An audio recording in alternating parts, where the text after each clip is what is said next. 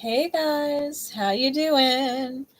We are here for the new moon in Scorpio. These are the My One True Love themed secret codename readings. We're going to do something a little different. So there will be timestamps after the live is over. You guys will be able to hop, skip, and jump around. They'll be in the description. We're going to do intention candles first because the intention candles are a little different this time around. So we have 3. Last full moon in Taurus. Me, Sherry, Christina, Elisa, and Lorraine all had intention candles. And I felt like there was a lot of environmental factors that were playing a role in the energy. And instead of having separate candles, I have all of the original candles over here. But I meditated on them and came up with Spirit. Ooh, the glare from that light is so bright. Hold on one second, guys. Maybe I can work that out. There we go. I came up with something for all of us to work on together. So this is our group candle. So for me, Sherry, Christina, Elisa, and Lorraine, the focus for our candle is going to be when I release my criticism over who I used to be and allow joy in now. Justice prevails, and I'm proud of me. That is the focus. We're going to be releasing past trauma and the difficult memories it's created. We're going to release, quote unquote, overdoing to fight the feeling of being invisible. We're going to let go of the idea that being busy equals productive and valuable. We're going to let go of self-judgment and self-sabotage. And to replace those things, we're welcoming in pain turned into power, the allowing and acceptance of truth, divine downtime and rest from the inner work. Hey, Kristen, how are ya? We're welcoming in the beauty and hindsight, and I am highly aligned. And then on the back, I've called in Archangel Michael, Raphael, Gabriel, Uriel, and Shamuel. We call you in. Thank you, thank you, thank you. In the highest. So that is our group candle for this moon. And then to assist in it, I created another candle. It's a nice purple candle. I've called in our Ascended Masters, Jesus Christ, Mary Magdalene, Kuan Yin, and Rumi, plus the goddesses Kali, Hecate, and Aphrodite, and the All-Father Odin. Eternal gratitude for the Most High. All right, so that is going to be our assist.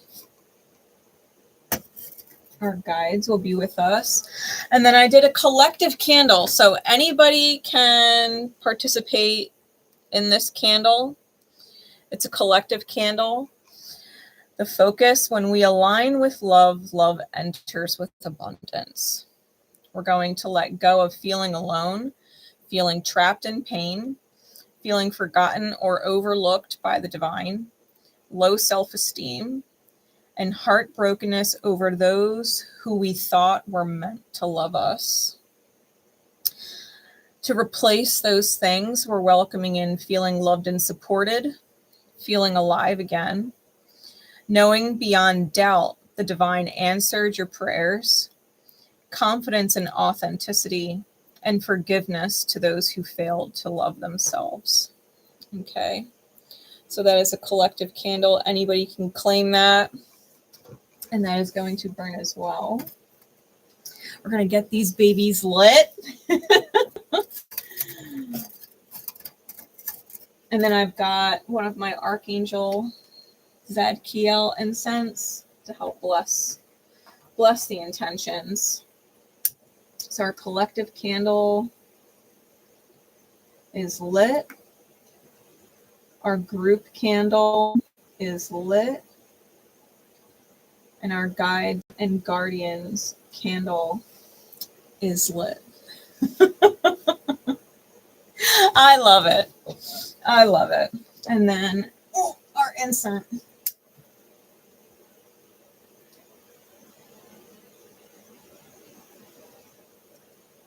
There we go. All right. Nice. Okay. Yeah, we did a collective candle and we've got our group candle. So us 5 soul sisters on that candle, we are working together on this one. All right, we are working together on this one. Now, for the secret code name readings, my one true love, leading up to, let me just timestamp the intro here so you guys can, secret code name intro.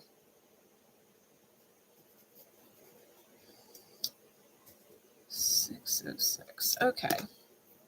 So leading up to this moon event, and I know that, you know, the big thing is Mercury Cazimi, anaretic degrees, opposing Uranus and things like that.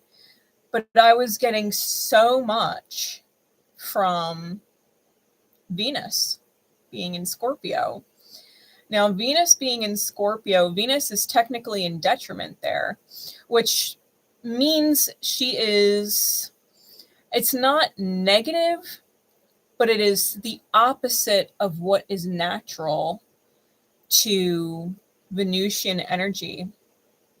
Venus in Scorpio is deeper, where Venus in Taurus is all about the beauty in the material, the beauty of this life and our bodies and our families and our friends and our things, beauty in the material, the 3D world.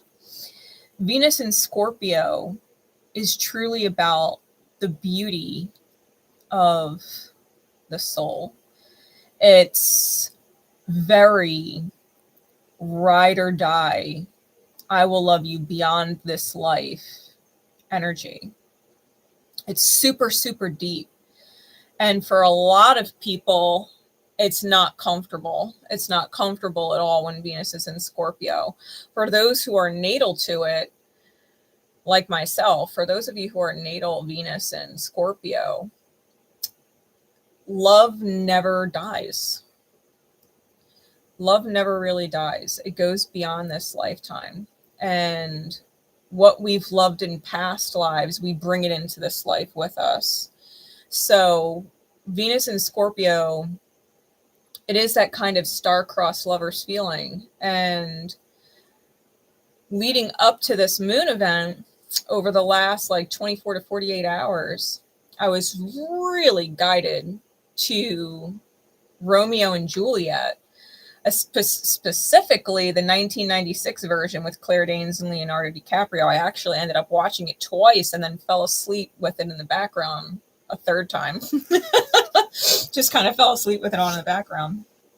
But it's this vibration of my soul recognizes your soul and no one else in the world matters. Right? My soul recognizes your soul and no one else in the world matters. And if you think about Romeo and Juliet, because it pinged me back to the new moon in Leo that we did on July 24th of this year, the theme was resurrecting Shakespeare. So if you are guided to go back and either re-listen to your secret code name from that event or let yourself be guided to any of the secret code names from that event, or if you want to listen to the whole thing and just take pieces of all of the different secret code name messages, there's something in that. There's something in that event that is going to ring true for you, especially because, you know, having the new moon in Leo, we do have Pluto in Aquarius, which is opposing that sign. And Pluto is the ruler of Scorpio, and that's where this moon is kind of taken off. And so there's something to be integrated from that new moon that we had in July. So with that, we are going to get into these secret code name messages. The secret code names are Ella and Edward, Edward and Bella,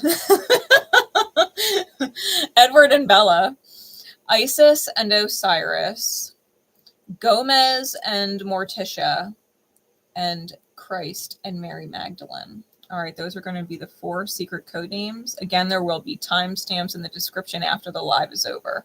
So you guys can go back and hop, skip, and jump around wherever you are guided to with the secret code names. For the different decks that we're using, I argue with Spirit, but I always say I don't argue with Spirit because this is my deck, Myths of Magic Majors, and it's not ready. I have to re-edit about a little under half the cards.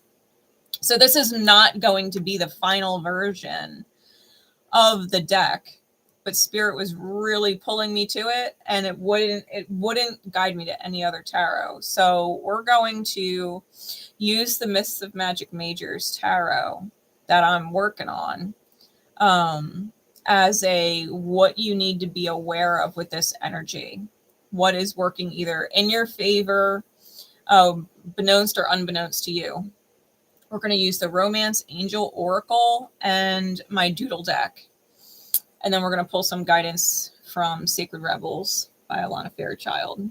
Okay, and this is going to give you some insight into where the energy is in aligning with your most high or sacred partner, whether that is within the self and or equally the person outside of you, you know, that is your counterpart, your highest counterpart. It's that star-crossed feeling of we will do anything for each other. Those puzzle pieces that just fit in such a way that no one else can take each other's place. You know, if you think about Edward and Bella from the Twilight series, they met due to just aligned events. Like Bella's mom ended up getting remarried, wanted to go out with her new husband because he was like a professional baseball player or something, and she ends up moving home to Forks with her dad, meets Edward, you know. Isis and Osiris, obviously that's God tier level divine partners. Gomez and Morticia, they are completely unique in and of themselves, and no one else in the world was meant for them except each other. You know, they're completely unique, and anybody else might think they're weird or strange, but in their relationship dynamic, it is so disgustingly perfect. You know, it's beautiful. They were meant for each other. And of course, Christ and Mary Magdalene, you know, these high ascended master divine counterparts, and the ripple that they have and had and continue to have, right? And will probably continue to have as way showers. So those are going to be our 4 different secret code names. You can be guided to more than one, but we're going to get into it. So we're going to start with Edward and Bella. Yeah, I'm curious to see how they work together too. I was like, Spirit, the deck's not ready. And Spirit's like, it's ready right now. It's ready for what we need. I was like, okay. I don't argue. It just is what it is. All right. So Edward and Bella. Let's start with Romance Angel Oracle. Spirit, please. What is this energy for secret code name Edward and Bella, and what they need to know in regards to their own inner union and how that relates to their counterpart?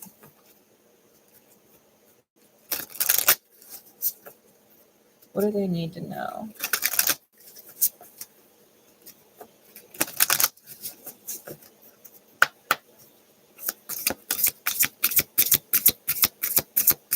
Yeah, I can't do shallow either, Kristen. It absolutely drives me insane. I can't do it. I feel like a bird trapped in a cage, and I need to get the fuck out.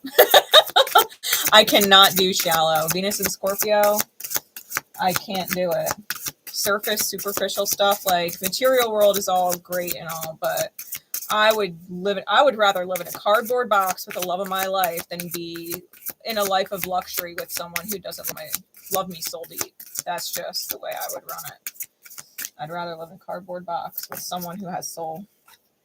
Okay. So Edward and Bella, first card out is trust. Okay. First card out is trust. It says the situation is calling for you to have faith.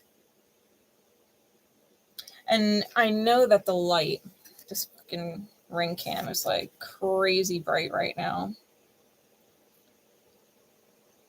But you could see he's obviously got like military type clothes on. But what he's holding looks like a wand. And there's Cupid in the background. And it's almost like Cupid looks like he wants to stick the woman with this arrow. You know, he's got the arrow out here. It's pointing downwards. And he's holding on to her, the back of her skirt, like he's about to stick that right in her back. And the gentleman here is almost like pulling Cupid away, like casting him away, like, no, I don't want you to put her under a spell. I want to know it's real. You know, I want to know it's real. I don't want her to fall in love with me because you stuck her with your arrow. I want her to fall in love with me because she loves me. And I'm the one she chooses of her own free will. You know, so this is the kind of energy that you and your person are going to carry. It's a choice, right? It's trusting in the choice. There's no reason to be together other than choosing it.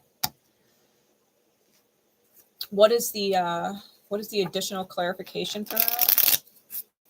I love this new doodle deck, by the way. All of the meanings, upright and reverse, are on the backs of each of the cards. So you don't need to like look things up in a guidebook. It's all on the back for you. So let's see what else with this trust energy do we need to know? Our secret code name, Edward and Bella.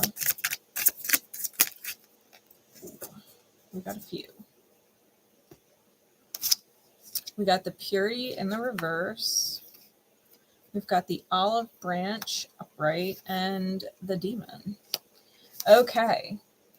So the reverse of purity is tainted intentions. Someone is not as innocent as they think they are, lacking empathy or inconsistency. The olive branch, though, is choosing peace, reconciliation, ending a disagreement or quarrel, leaving things better than you found them, being the bigger person, or leading by example. And the demon is an energy vampire, right? It's mental disorders, trauma is king, survival mode. You cannot save them. You must save yourself from them, and they must do the same. So I feel like right now, whoever your person is,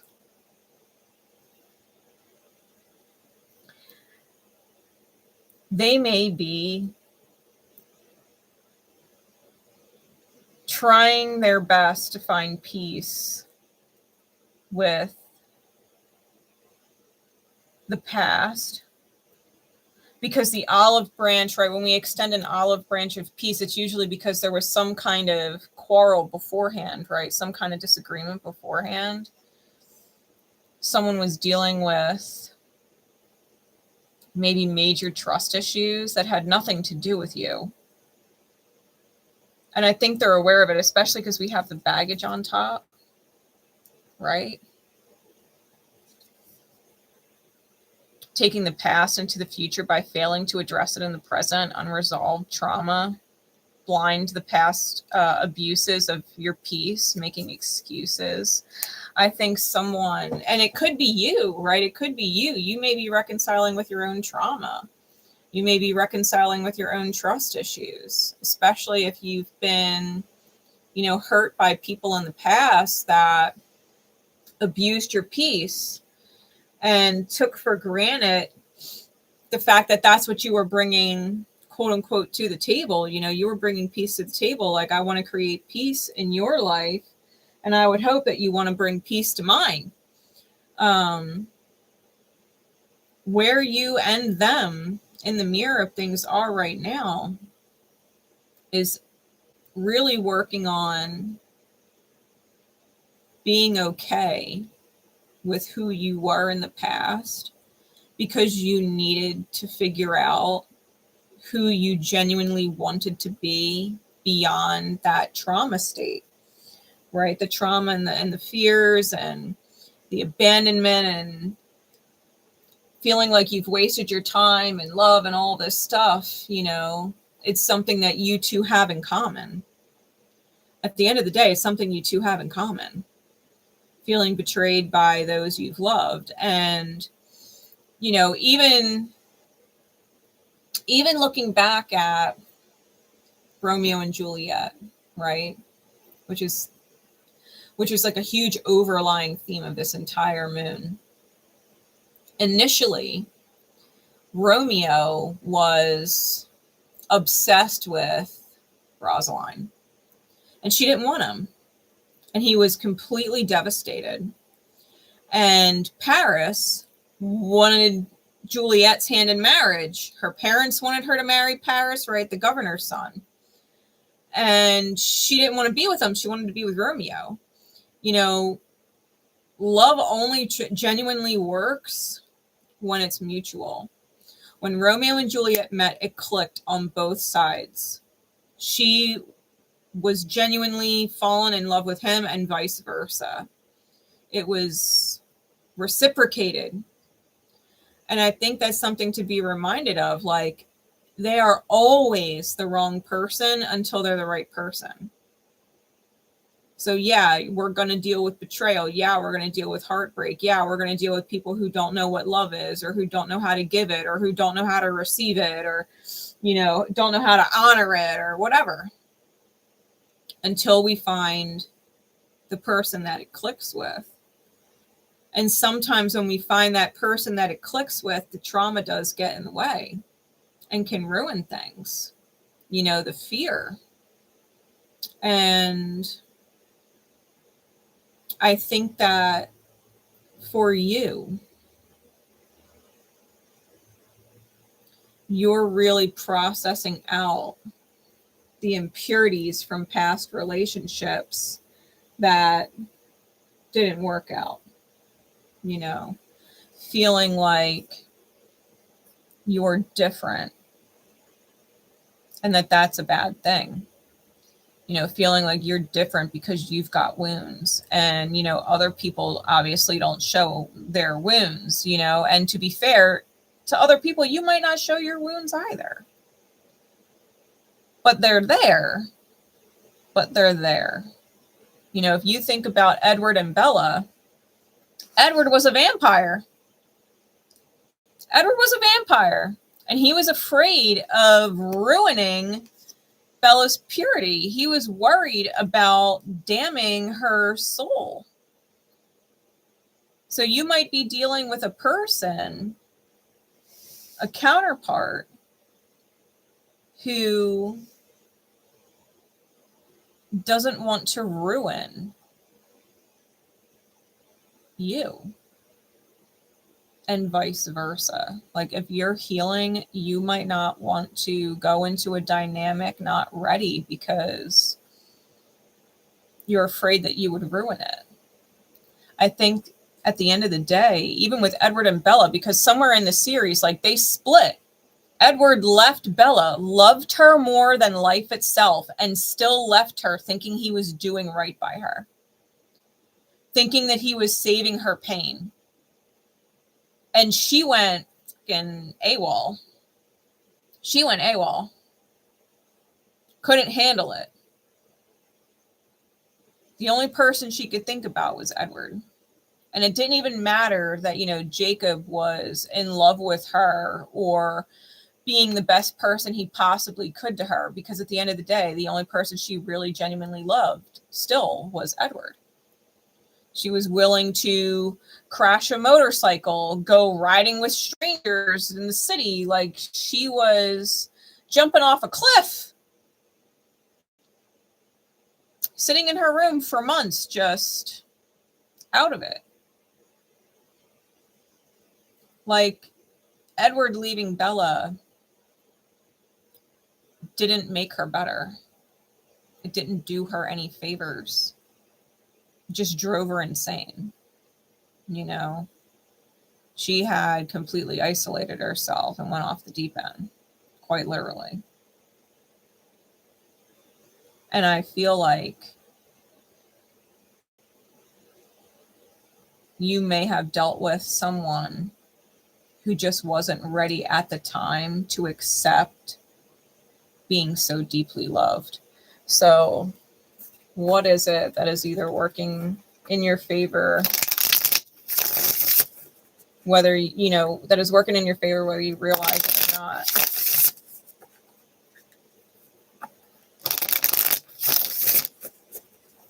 What is working in your favor,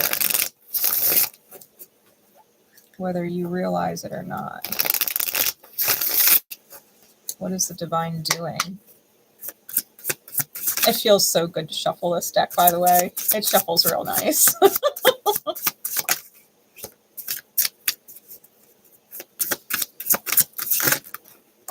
Okay.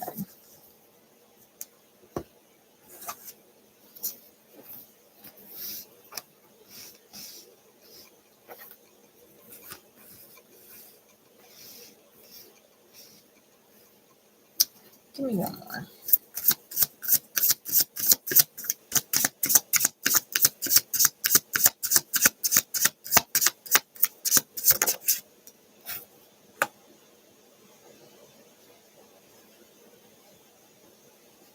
Okay. Bottom of the deck, we have the Chariot.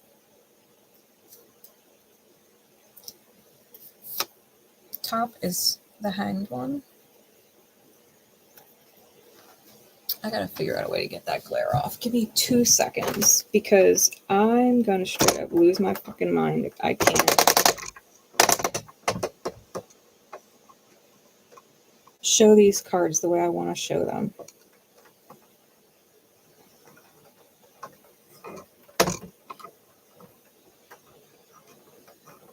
Okay.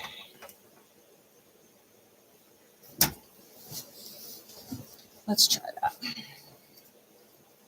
Chariot is on the bottom.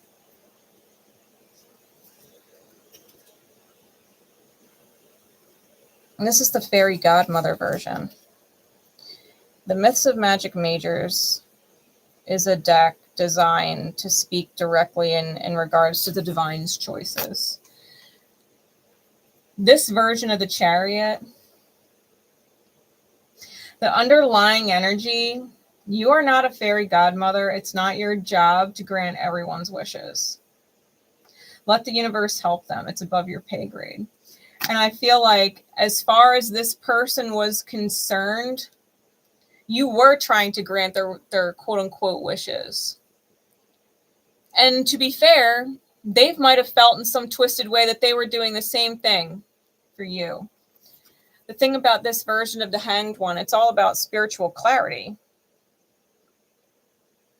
It's about leaving the hanged post behind. It's finally being able to see clearly through the divine's eyes. You know, it's a divine timing kind of thing. Like, what is meant for you is meant for you. At the end of the day, Bella and Edward, Jesus God. Edward and Bella were counterparts. It didn't matter if they separated. It didn't matter what their differences were. At some point, at the end of the day, they came together for eternity, right? As immortals. So I feel we've got the Death and the Fool, the Strength and the Lovers, Temperance and the Star, and the Chariot and the Hermit.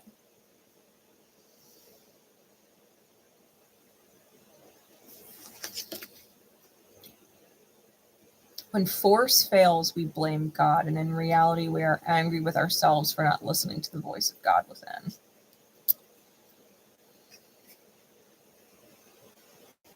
We get frustrated because we can feel it, we can sense it, and we get mad, we get upset with the divine, like, how could you trick us? You know, like, how could you trick us? You know, this is the jester, this Loki type energy with this Fool card. How can you trick me? It felt so real. It felt so real. And in the reality of things, like, yeah, maybe they were your person. They absolutely were, but the timing was off. And a part of you knew that. A part of you knew that. And a part of them knows that too, right? A part of them knows that too. The timing was off. There were certain things that needed to transpire first to be certain that both of you could handle connection.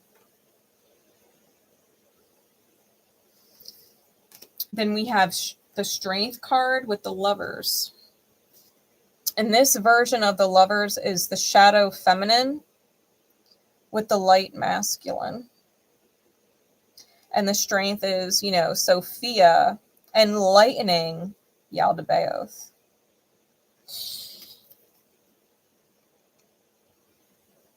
Sophia lets Yaldabaoth know in this version of the card that Yaldabaoth was never alone, never unloved. They were only on a different vibrational dimension. This is about the choice to correct rejection. Okay. The masculine in its light chooses to correct, chooses to improve, chooses growth. The feminine rejects it, right? The dark feminine or the wounded feminine rejects growth. And so there's this choice with the Lovers card. And I feel like you may have had a hard time receiving positive experience. Positive, joy-filled experience that you could truly be grateful for in the moment.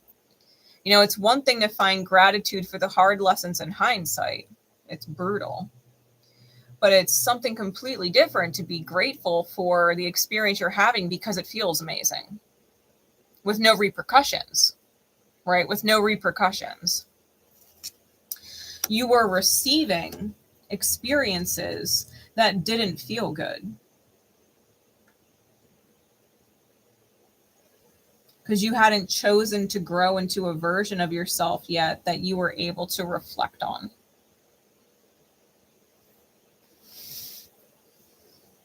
With Temperance and the Star.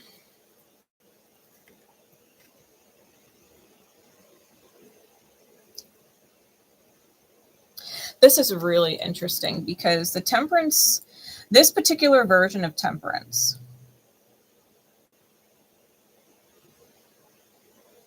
this is about becoming aware that there is only one cup and it fills itself, even though she's holding two cups. She's holding the black cup and the white cup. And it's becoming aware that there is only one cup and it fills itself.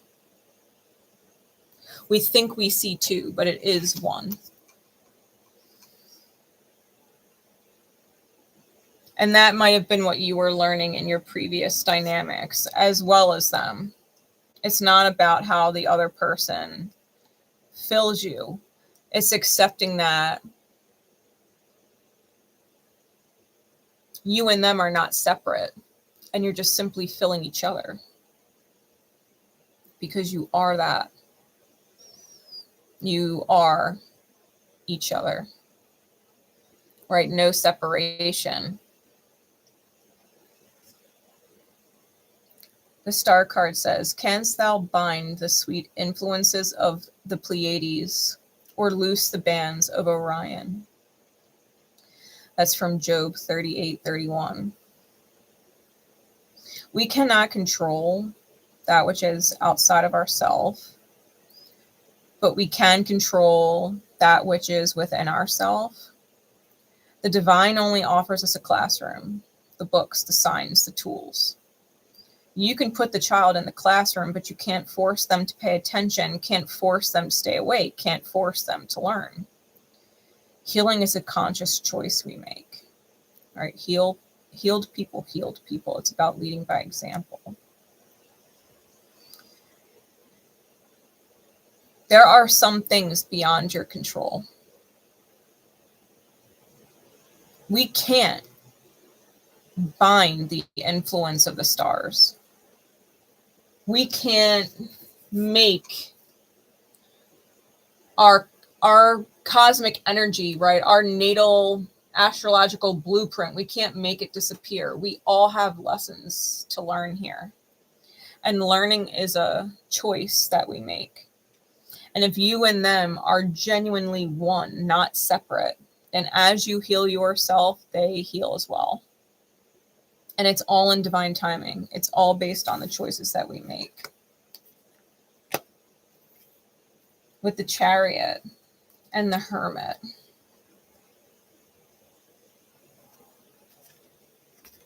This version of the Chariot is about, give me the word and I'll make the move. Right? That's divine talking to you. Give me the word and I'll make the move. The Hermit is about uncovering the dark feminine. You can see the figure. She's sitting on her bed. She's listening to her headphones. She's got sound, noise canceling headphones, and she's writing in her journal. She's got the black and white cats on her bed. Sometimes it says, sometimes all I think about is what it all meant. My mirrors, whether the choices we make are of light or shadow, they compound with interest. The littlest choice can be of infinite importance. My healing is priority and solitude is my safe haven and sovereignty is the goal. This is about you and them learning that you cannot move forward in the right direction without being right with the self first. Which really does make complete sense with the Doodle Deck cards. It makes complete sense. You are not meant to grant everybody else's wishes. You don't even genuinely know what their wishes are. You don't even know what their wishes are. There's deep, unconscious wishes. Like if you think about this, right, the fairy godmother on the Chariot on the bottom. Cinderella wished to go to the ball. That was the surface wish, right? A very Taurean wish. I want to go to the ball. I want to wear a pretty ball dress, my ball gown and my glass slippers, and arrive in a chariot. But the wish the fairy godmother granted was true love. She could make the chariot and she could make the dress and bibbidi bobbidi boo and all that. But that wasn't what Cinderella was actually wishing for. Cinderella had spent her entire life unloved, abused. Cinderella didn't want to just go to the ball. There was a deeper wish there. That's what Venus in Scorpio is. The deeper wish beyond the mundane. So for you, what is working in your favor is genuinely time, transformation, connection with your own self. Recognizing that what you heal in yourself helps another person heal. Because you're not different. You're not even disconnected. They needed to go through whatever they needed to go through. If you were choosing to receive negative experiences and not correct the self, they were doing the same thing. They couldn't choose something healthy. because neither were you. You couldn't choose something that felt good. And so neither could they. In a healed state, y'all probably would have felt amazing together. You just weren't there yet. Right? You just weren't there yet. At the time y'all initially met, you weren't there yet. Even if you think about Edward and Bella, like he was sitting in science class and she walked in and he got a whiff of her smell and looked to her like he was repulsed, like he couldn't get away from her fast enough. And yet it's because he was so damn drawn to her. He was terrifying. It was terrifying. He didn't know if he could control himself. He thought he'd destroy her. He thought that he would destroy her. You know, it's not what it seems. So what is the guidance, please, Spirit, for secret code name Edward and Bella?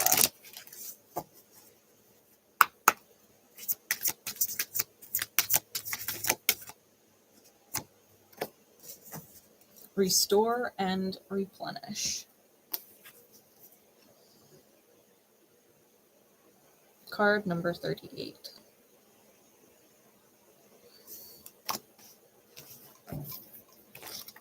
Restore and replenish.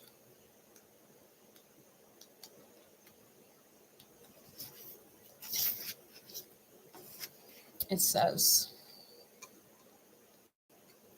you are in need of something so much deeper than rest. You need restoration, replenishment, and revival. This will not necessarily come from lying about somewhere, taking a moment out of your day or evening activities. You are more likely to gain what you need by breaking with your routine completely and doing something different.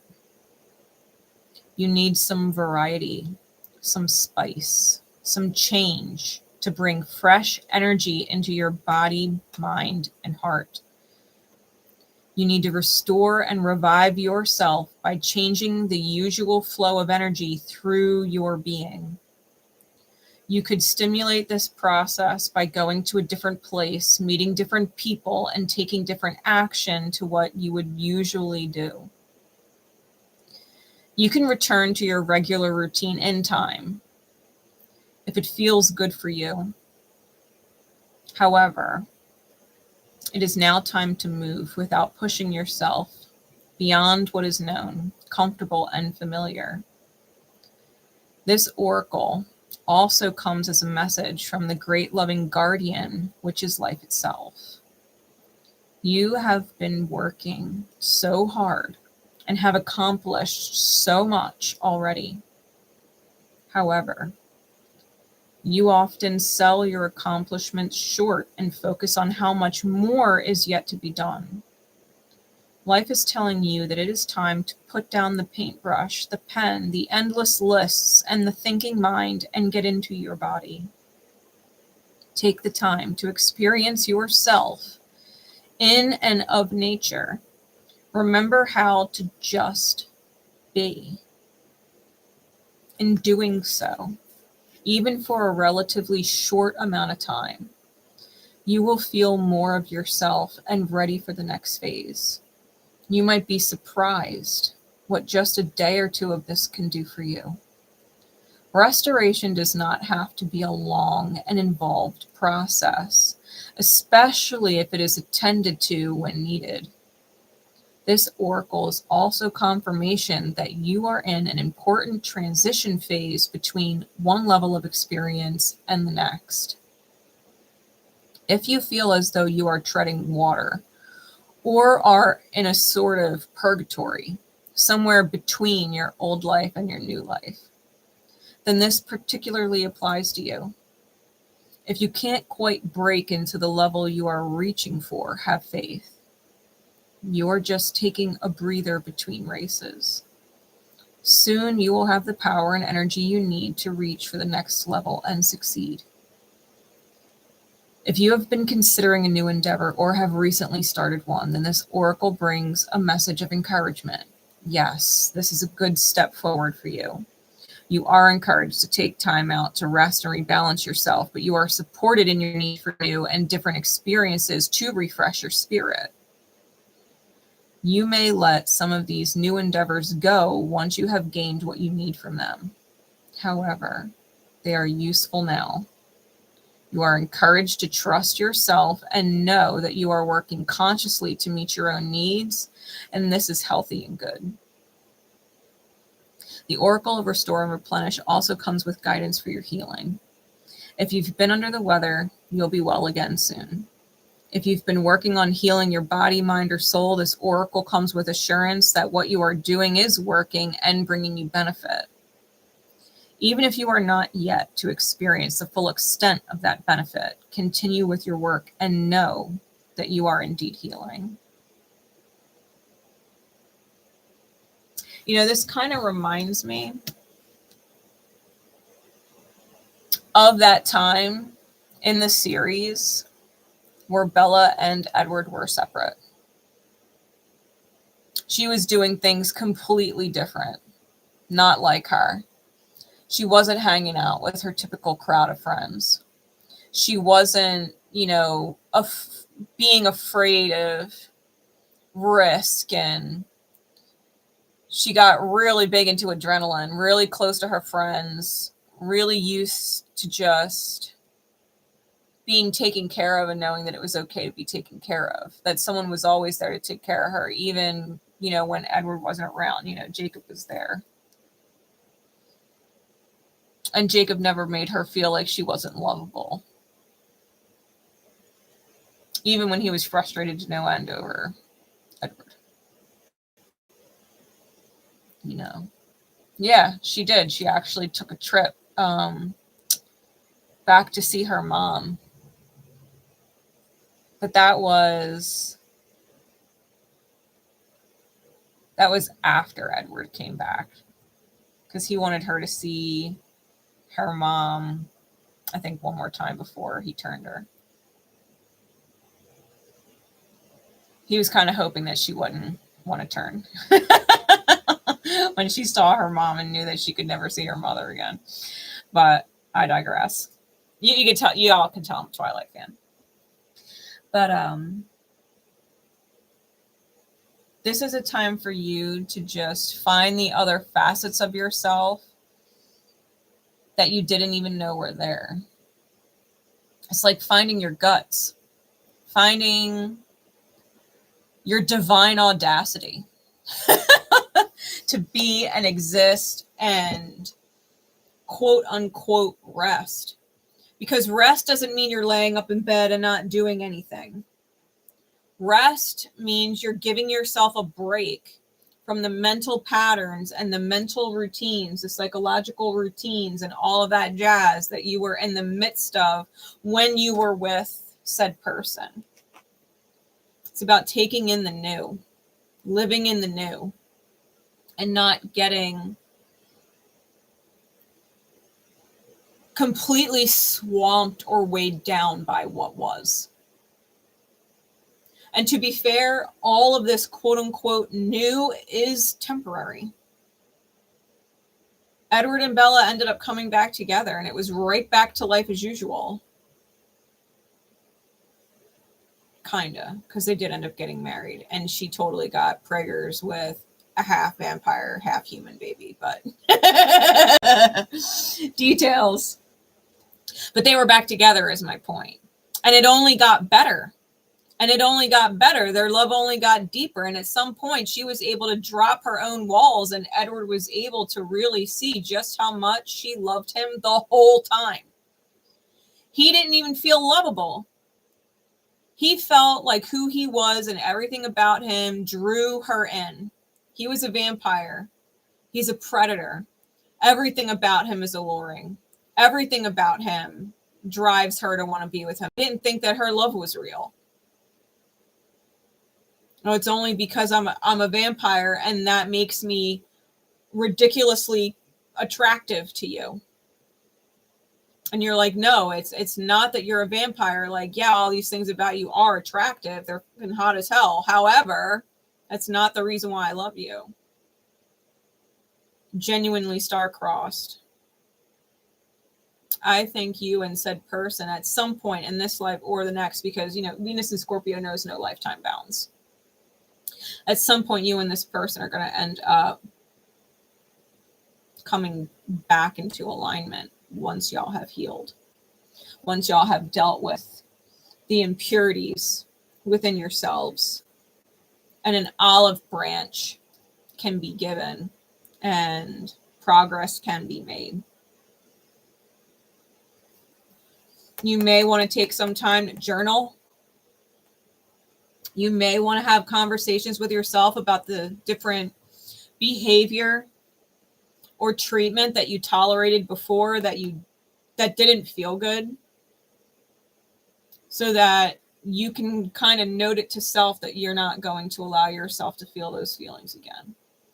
Right? Yeah, I read all the books. I read all the books. I went and saw Twilight, the first movie, in theaters, and I could not wait. I could not wait for the next movie to come out. So I ended up reading all the books. My ADH ass read all of the books, like super fucking speed. But yeah, so secret code name, Edward and Bella. I hope that gave you some interesting insight, some deeper insight into a connection that, even if it's on the back burner, you know, and not necessarily the forefront of your focus right now, why it was so important that it went down the way it did and where it could potentially go should you heal. Because I do feel like the attraction was genuinely mutual, even if they didn't let on. Even if they didn't let on. Or if they did and then completely turned it around and flipped on you, you know, like Edward did. He would tell her, you know, that she was his reason for living. And then all of a sudden, you know, he's breaking up with her and telling her he never loved her and, you know, all that jazz, thinking he was protecting her. But it's complicated.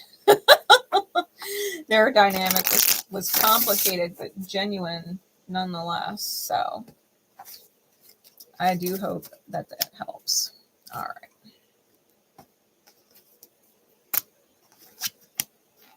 Okay. Getting into secret codename Isis and Osiris. Isis and Osiris. Spirit, please.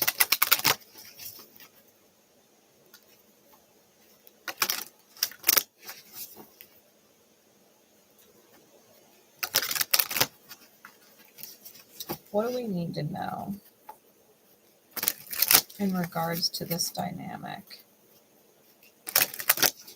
and how the inner reflects in the outer? What do we need to know about this dynamic for Isis and Osiris?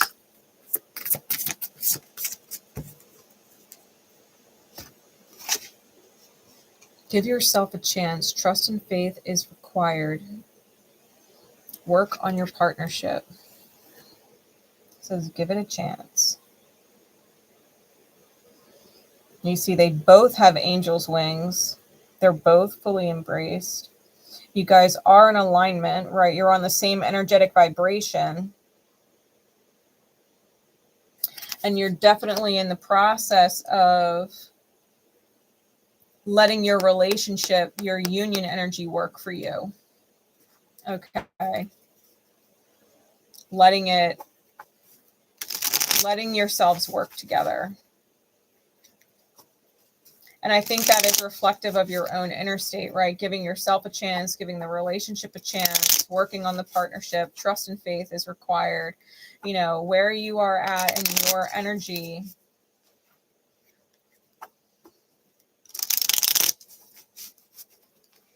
I'd say you're probably more in union with yourself than you realize.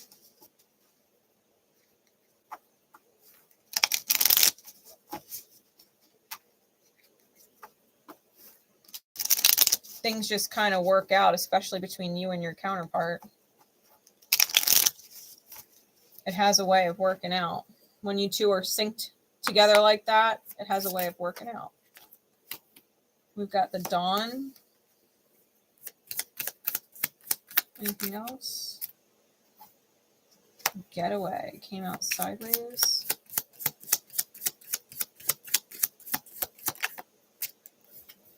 And the chrysalis.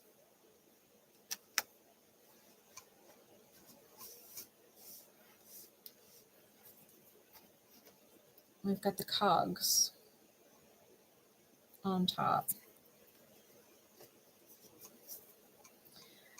For the machine to work like it's supposed to, all the cogs must be in alignment and working together. The wheels are spinning, solution-oriented, group effort, and greater good. So you guys are definitely working as a team to do this healing stuff, because the sonar is under that. And that's about asking the why questions. You know, why am I feeling this way? What mask does it cause me to wear? If I'm wearing a mask, where does the pain come from, right, to create the mask? And if the pain is there, where did it come from, right? Where in the childhood wounding of things did it come from? It's a very process that starts with why. Why am I feeling this way? And what does feeling this way create in me? What mask do I put on to hide that feeling? Where does that pain come from? Where's the root, right? And you and your person are kind of going through this process of working together to, I'm seeing like that, I don't know what the word is,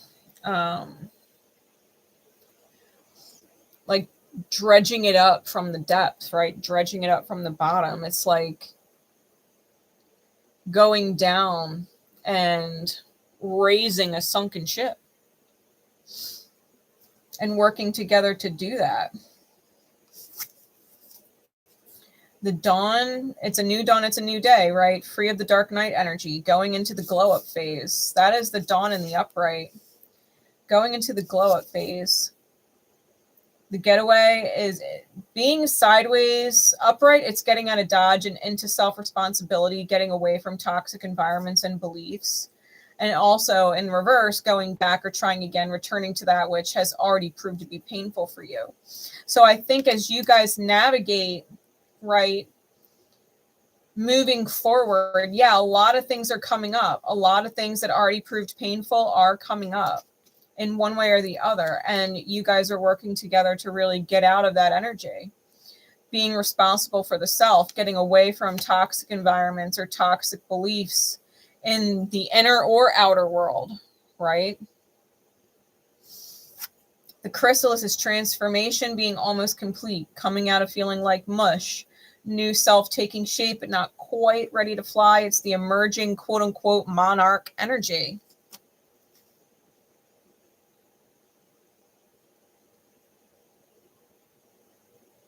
You guys are really working together as a great team.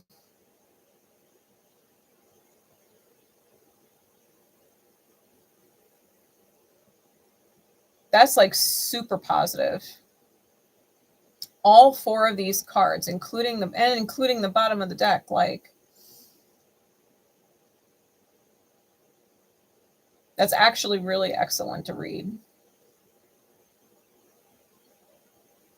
You guys are like just about there. Like this chrysalis card, you can see that butterfly is damn near fully formed. It is ready to come out. It is ready to fly. As you guys have things coming up, it's like you're knocking it out. Like no problem. Piece of cake, piece of crumb cake. You know, you're just knocking it out. It's not anything that you guys are shying away from. You're like, okay, that's what's on the surface. This is the energy that needs to heal. Great, let's do it together. And you guys are knocking it right out because you're working together. You guys are in alignment. Trusting and having faith in each other and giving the connection a chance to serve you and each other in the highest. What energy is working in your favor, whether you realize it or not? energy is working in your face, whether you realize it or not.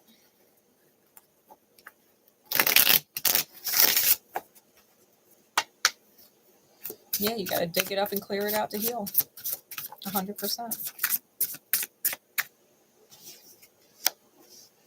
We got the Emperor in the reverse. The Hierophant, Taurian energy. The Hermit, Virgo energy.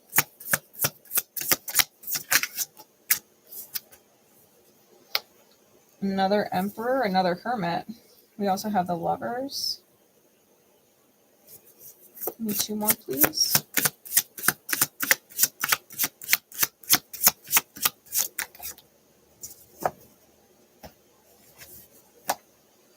The Fool and the Devil. Bottom of the deck, another Lover's card. Top is the Light Magician. Okay. So looking at the top and bottom of the deck,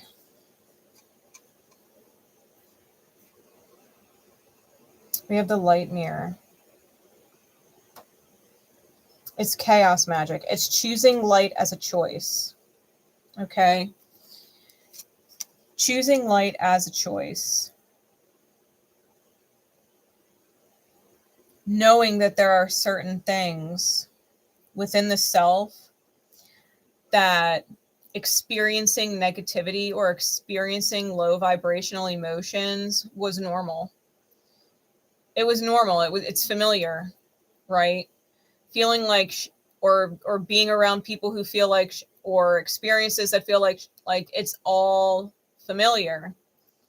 And you're choosing, you both are choosing to really look at the light, look at the positive, to choose something different. Like, yeah, the painful is what is familiar, but it's almost like rejecting feeling that way. Like, no, I refuse to continue to feel that way. I refuse to give in and yield to pain just because it's familiar, you know? So the Emperor in the reverse, this is divine order, right? This version of the Emperor is divine order. It's the supreme power of sovereignty, where we truly value the feminine energy, right? That the yin within the self is worth its weight in gold. It comes out with the Hermit, the version of the card that is uncovering the dark feminine. And so that is what's healing. You know, that is the energy that is healing. Going into that solitude and really sitting with the dark feelings and getting very familiar with what it is that is taking your peace away, especially if it's from the past, especially if it has something to do with service, because we have double Hermit energy out here. We have double Emperor energy out here. And this Emperor energy in particular is about enslavement. It's about enslavement. Feeling like we have to submit to those who abuse their power,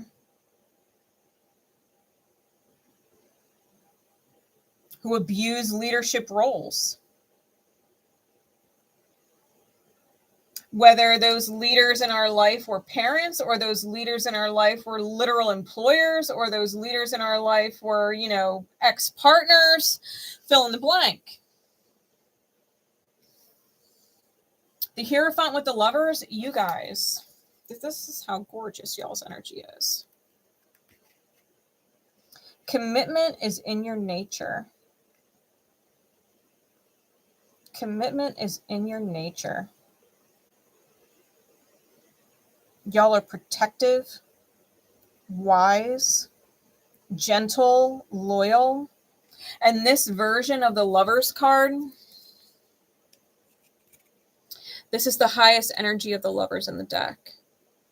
where the light masculine and the light feminine work together. Reflection and correction, where y'all can reflect on things and correct things. And that is what you've committed to with each other and as individuals. This is the Taurus Scorpio axis. If you look at the Hierophant, this is the integration of the Taurian and Scorpionic energy. You could see it on his throne.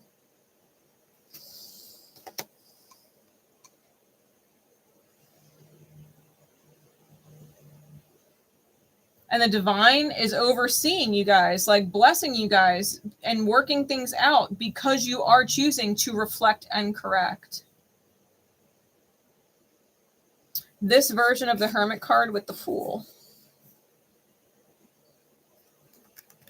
Why is it so hard to wake up? This version of the Hermit card has to-do lists. And on the to-do list, it says, not me, not for me, what's expected of me, more not me, fake smile, routine, trust no one, right? Weekly schedule, all of this stuff. And it's like time is just slipping through your fingers and it's like killing the manifestation, killing the energy. It's like, you know, we end up being a ticking time bomb mentally. Can't handle it. You know, our demons are haunting us in our sleep and we feel chained to being unconscious and unaware of the self. And you're taking that energy, that lower form of the Hermit, and meeting it, right, with the death, with the Fool card. But in this particular card, Icarus is offering the rose of death, right? The white rose that is featured on the death card, offering it to the sun. It says, to willingly offer the rose of death to the ego, we rise to find our soul. This is about understanding that sovereignty is found when you release this idea of having to do things for other people. Like what y'all do for each other, you do for each other. But you do it because you want to do it for yourselves. It feels good. It's in your nature to help each other reflect and correct in your own unique ways.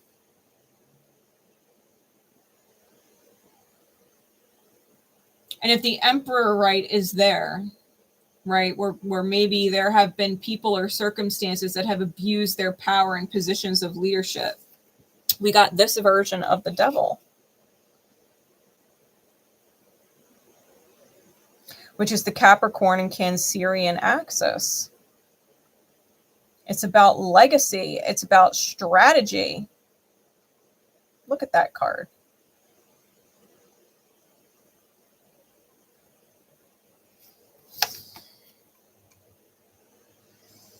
It's about values. It's about delegation. It's about creating an empire between the two of you.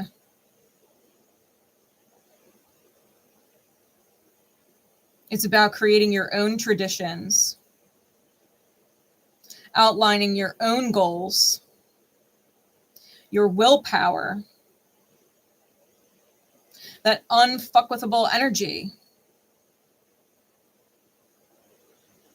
and a reputation of finding purpose. Like y'all, on a real note, are a superstar couple, spiritual superstar couple, which I guess is why, you know, Isis and Osiris, it's God tier dynamic. You know, it really is a God level, God tier dynamic where the two of you are is really elevated. Highly elevated, working together. And when things aren't working right and you feel like you hate getting out of bed and everything sucks, you're like, okay, let's surrender. Okay, let's surrender then. Let's work together. Let's reflect. Let's correct it. What's taking your power away? Let's really sit on those feelings that don't feel good and start to transmute them. Because whatever the enslavement energy is, it is being met with the two of you in high commitment. It's 1 versus 2, and the 2 takes it. The 2 takes it. Y'all put energetic vampirism in its place, working with each other.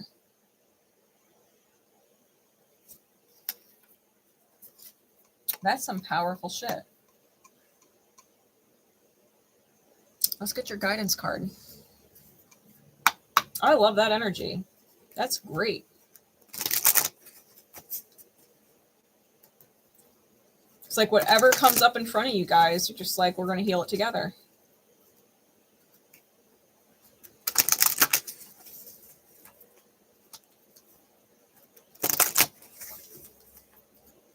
What is the guidance, please, Spirit?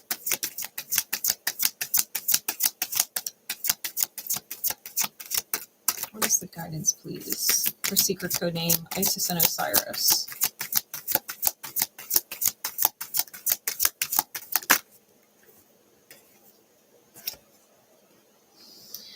Free from judgment, free to love. I think that's really cool that she's green because Osiris is green. Talk about combining energies, right? Free from judgment, free to love. Card number 39.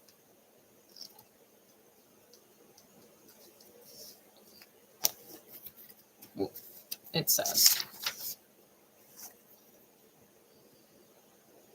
imagine a world so infused with bliss, love, and wonder that you naturally and always feel as safe. Life mothers us with kindness, and sometimes when we need it, grow through challenge as well.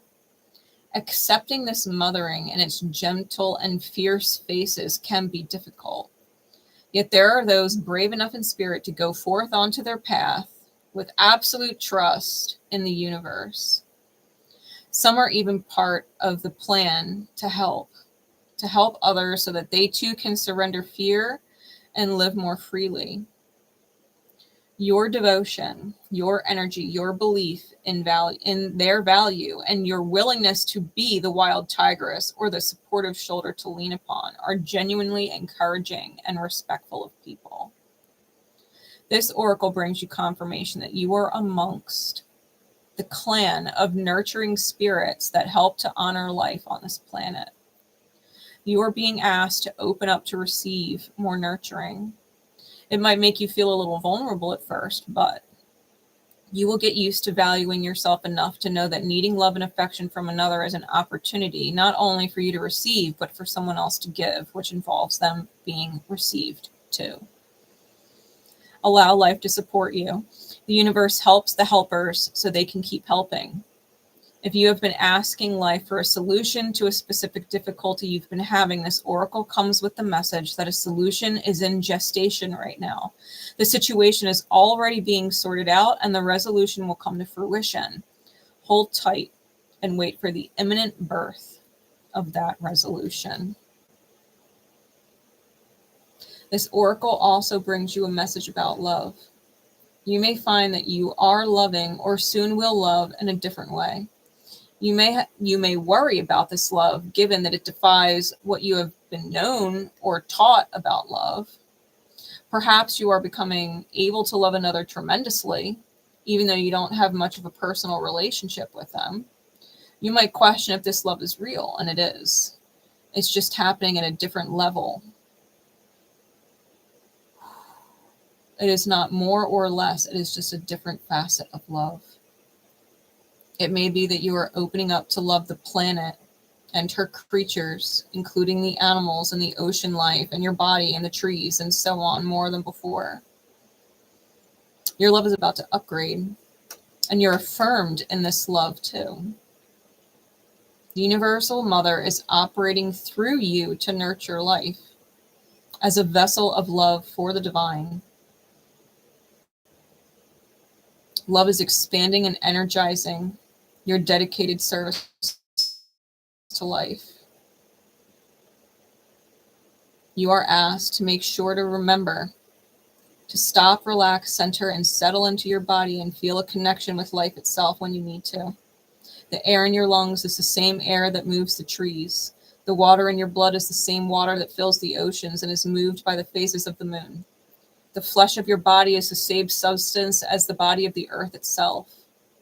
The heat in your system is the same fire and heat that is that of the sun itself.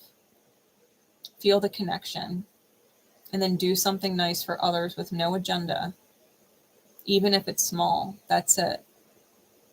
You've connected to life again, and in doing so, life connects with you.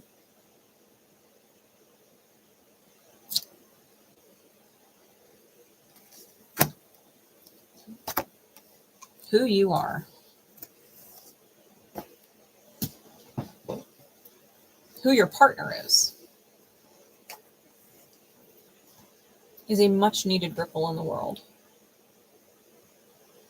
It's a much needed ripple in the world. Y'all don't actually do things out of obligation. Y'all don't actually do things because you feel you have to. You do things because it resonates and it feels good. And you encourage each other to stay that way. Which is why y'all are so darn powerful together. Y'all thrive in and promote each other's authenticity. Y'all thrive in and promote each other's highest vibration. Trusting in faith the whole time, right? That you're giving your relationship a chance to exist just like that.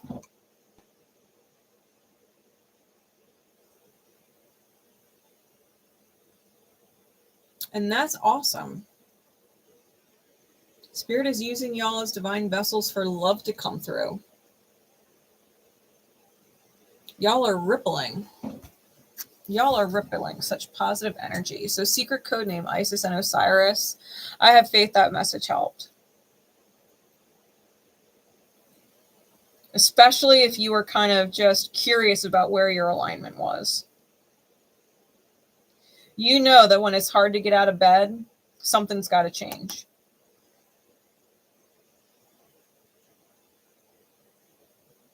Because you're not looking forward to living the day anymore. You know? You've probably had moments where life was so fucking hard you didn't want to get out of bed. Your partner probably has had those days too, where life was just so hard they didn't want to get out of bed. And that is kind of like a telltale sign for y'all that something is in misalignment. Because you don't want to get up and live the beautiful life that life is offering. So if it's in misalignment, it's got to go. It's got to be surrendered, right? The ego has to be surrendered. The routine has to be surrendered. Because it's just time slipping through your fingers. And I think you're both aware of it. And when y'all work together and you've got common goals, shared purpose, shared values, you start strategizing together about what feels good, what feels right for the two of you. I'm visually seeing like a shockwave. Y'all have some powerful energy together. Y'all have some seriously powerful energy together. Secret code name, Isis and Osiris.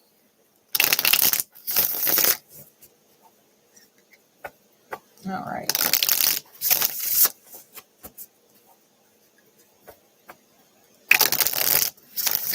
Yeah. Yeah, if everybody could be like that, everybody could have that. I mean, everybody can, it's just not everybody opens themselves up to it. But yeah, the whole world would truly be a better place. It really genuinely would. What beautiful divine confirmation.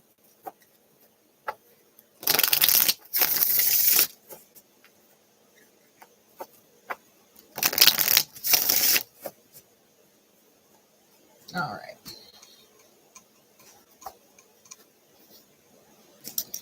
Secret code name, Gomez and Morticia.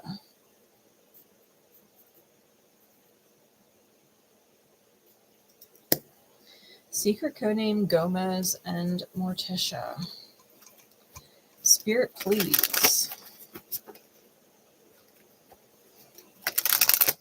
What do we need to know about the highest connection? What do we need to know about these two here? From an inner standpoint and a duality of self standpoint. The mirror of things. Where's the energy? Secret coding, Gomez and Morticia. What do we need to know? Getting to know each other. As you reveal your innermost selves to each other, your bond deepens. This might be super new. This might be super new. Y'all might be getting to know each other, literally. Not realizing, you know what I mean, that y'all are... I'll put it this way. Like, you know how when you meet someone for the first time, there's always this version of yourself that is socially acceptable and everybody just enjoys you in that version of yourself. But the more you get to know somebody, the quirky and the odd and the weird start to come out. I think you guys enjoy each other on the surface. And I think the more you get to know each other, it is going to be like a Gomez and Morticia moment where your quirks or oddities or the things that make you very unique are shared. And even though you might have originally hid it from them or other people, as you guys get to know each other and build this comfort, it's gonna feel like such a breath of fresh air because you could genuinely just be yourself and vice versa and be loved for it instead of judged for it. What else do we need to know? What else do we need to know? Secret code name, Gomez and Morticia. What is the other energy going on right now? What is the other energy going on right now?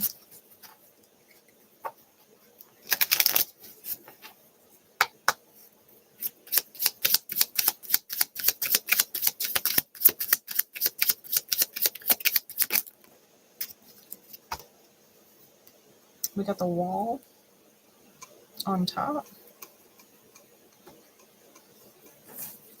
with the fish, the key, and the tombstone.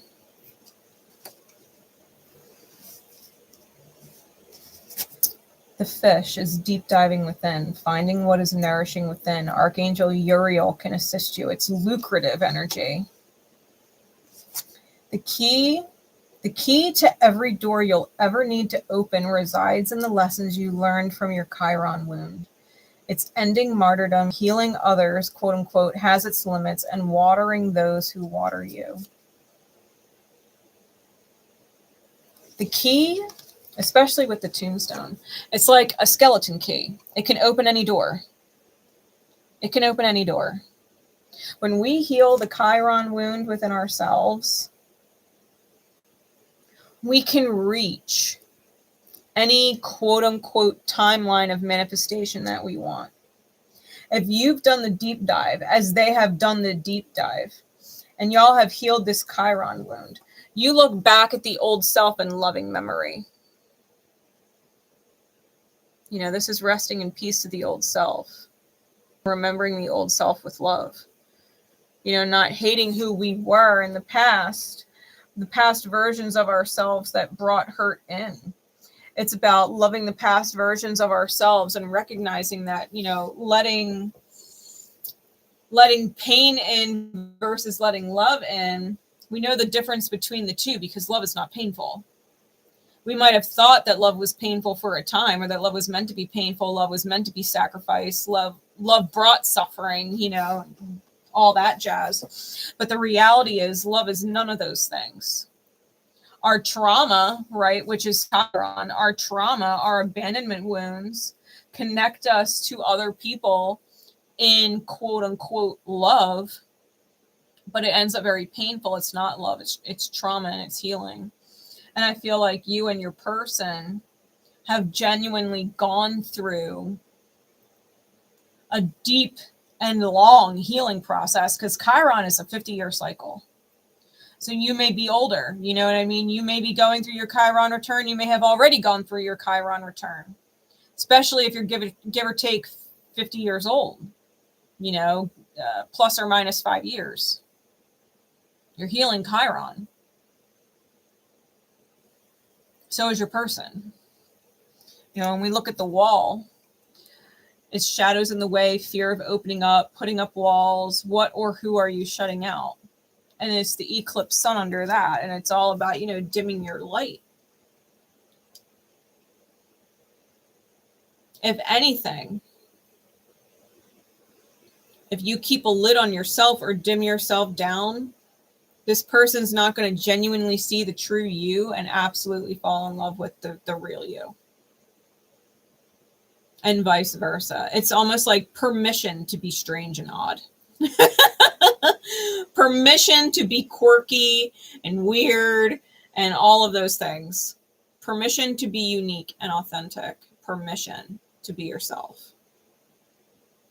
Because all of the beautiful things that you want, the rainbow on the other side of the wall, all of the beauty and blessings is on the other side of those fears.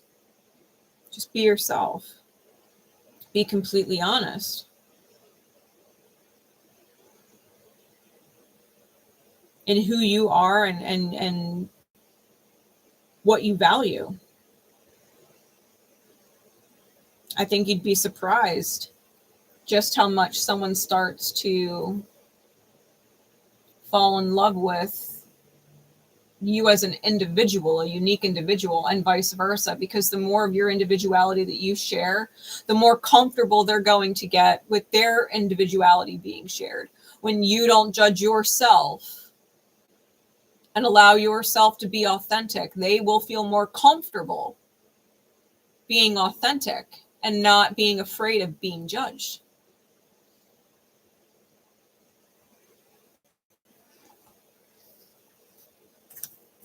What is working in your favor, known or unbeknownst to you? What is working in your favor, known or unbeknownst to you, in regards to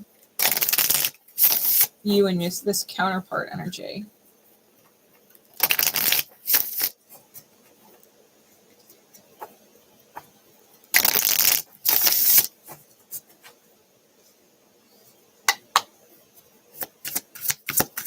Secret code name Gomez and Morticia. Got the Wheel of Fortune.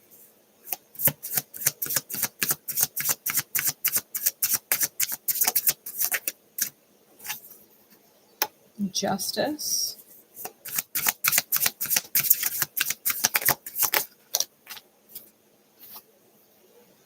The Hermit and the Magician. Clarities, please.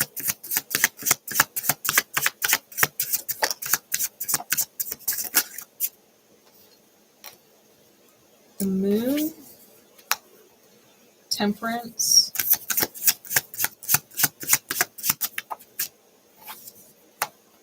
The Chariot.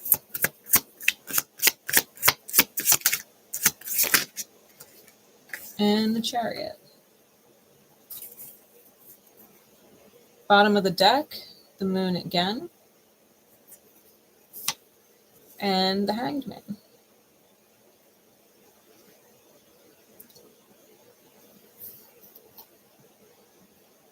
A lot of Piscean energy. We've got a lot of heavy water.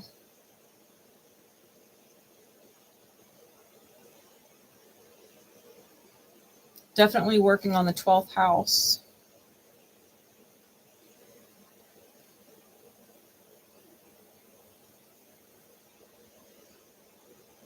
This is healing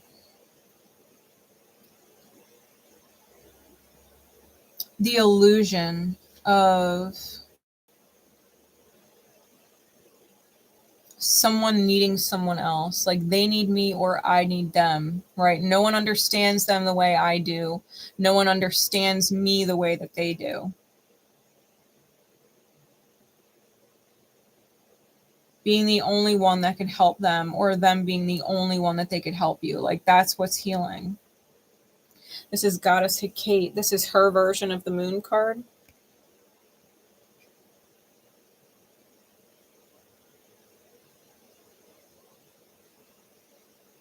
And you can see right here, the crustacean has the key. He's holding the key there. You know, she is the goddess of the crossroads. It says, you know which door to choose. You have the key. You went deep for it. You definitely have the key. Like this is confirming for you, like you healed Chiron. You healed Chiron. That's a big feat. Like we all come into this life destined to heal it, and not everybody does. That's why we reincarnate. Chiron floats between Saturn and Uranus. Saturn being the border of the physical mundane world, and Uranus being the first of the spiritual planets, right? The higher elevation. We go back and forth in this Chiron wound, and we recycle back into the mundane, back into the 3D world, because we haven't healed it. So you've healed it. Hallelujah. Let's just sit with that for a second and acknowledge the fact that you healed Chiron, okay? And the feat that is in and of itself. The Wheel of Fortune with the Moon card. This is actually depicting a Babalao and the 4 primary Orishas.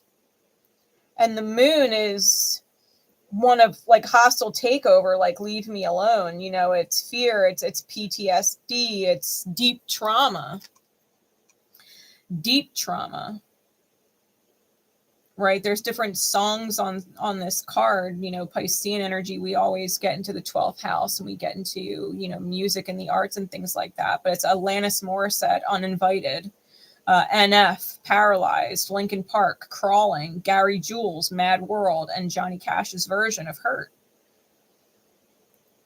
We try and scare people off because we have wounds. You know, it's Medusa energy. This is her version of the card. You could see Medusa in the moon.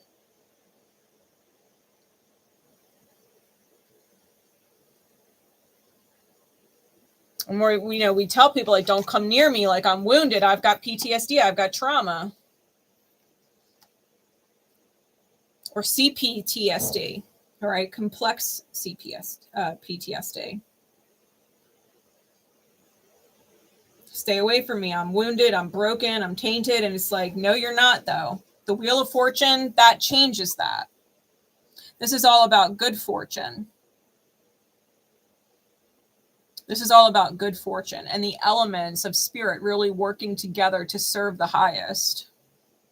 This is Jupiter in Sagittarian energy and sextile with Aquarian energy.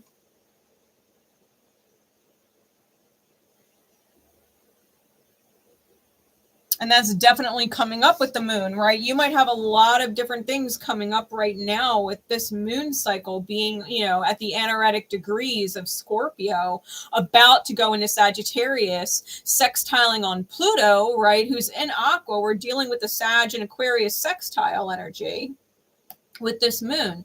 You might have a lot of things coming up that you previously used as reasons to keep people at bay. That is healing. You know, we've got the Justice card with Temperance here. And this particular Justice card is all about ascension. You know, when the scales of justice are weighed, you know, the soul and the feather, the soul is lighter than the feather. I am the truth, the path, and the way. The life, the truth, and the path.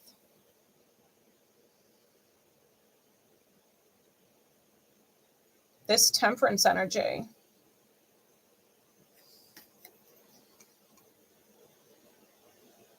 Who you are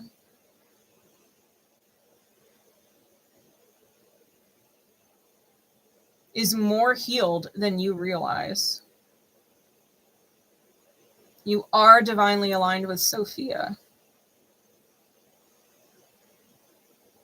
When we were talking about Archangel Uriel on the back of the fish card,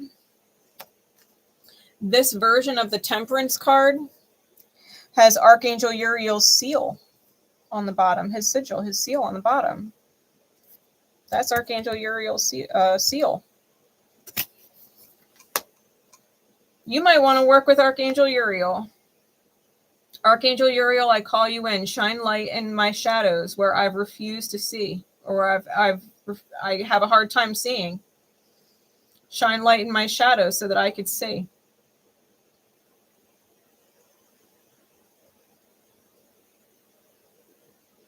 Because you dug real deep. You've gone really far inside yourself. Hearing the word excavating, right? Really digging up your old self. Uncovering it. Finding the value in it. The beauty in the ruin.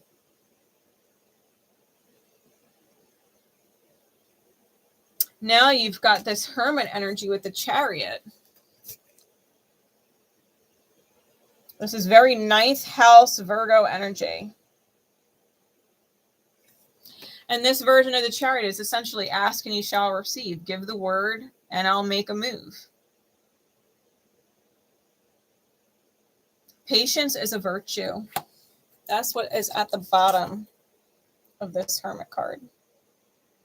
Patience is a virtue. And it says, when there is no trying, there is only doing. When there is no doing, there is only being. When there is no being, there is only trying. And trying is a bullshit word, for you are not doing or being anything you desire. To be or not to be, that is the question. Wisdom only matters when it is applied.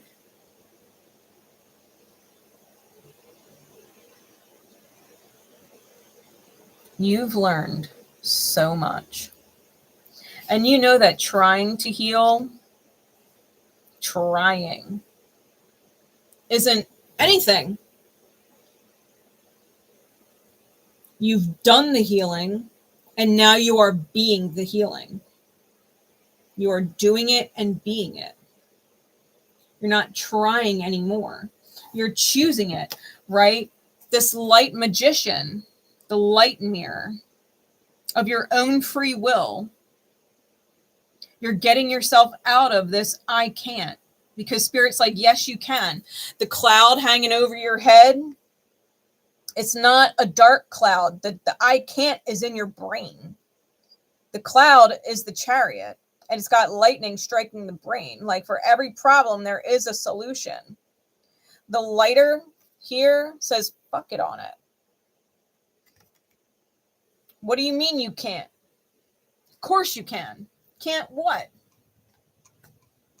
Can't what? And I think that's the point. Like, all of this energy where you were kind of pushing people away. No, I'm wounded. I'm fucked up. I'm broken. I got issues. I'm tainted. Like, don't come near me. Stay away from me. I deal with complex trauma. You're like taking that I can't energy and saying, yes, I can, because I'm not broken. I'm not actually broken or unhealed. I'm not tainted. I'm not ruined. In fact, I'm more valuable. I'm more valuable than I ever was. I'm seeing my worth more now than I ever was. I remember my old self that was broken and wounded and abandoned. I remember that version of myself, but that's not who I am anymore, because I've done the work. I've done the healing, which is why this person is probably coming in now. If they haven't come in already, they're coming in real soon. because you're getting to know your new self. And you can't hold your past against you. You can't hold it against you. You were healing. Of course it was hard. Of course it was shitty. Because you were learning and healing. Healing is not sunshine and rainbows. That is the healed part. And that's exactly what you're working towards. Right? Letting the fears go of letting people in. What is your guidance energy? What is your guidance energy?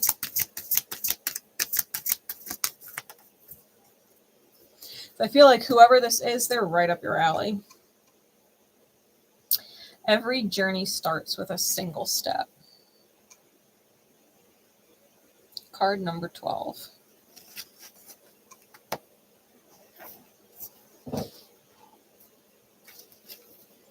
Every journey starts with a single step. It says you are on a journey, yes. It is an internal journey, but there is also a physical expression of this journey that is going to become increasingly important to the fulfillment of your destiny in this lifetime. Your journey has started on the inside, but its destination will be the physical expression of the internal healing. This journey will draw upon what you've learned and mastered over the course of your life. So much so that you may feel as though your life experiences have prepared you just for this particular adventure. You have all that you need within you. This is not a time to worry about what you're going to take with you. From within your heart, you will sense what needs to come along for the ride and what is best left behind you now. You may be surprised at exactly how much can be left behind without you feeling concerned or anxious. You will be able to travel far lighter than you ever imagined. To be best equipped for this journey, you will need a lightness of heart and the realization that change can be an incredible blessing, even if what you are leaving behind is something you found secure, safe, familiar, or comforting.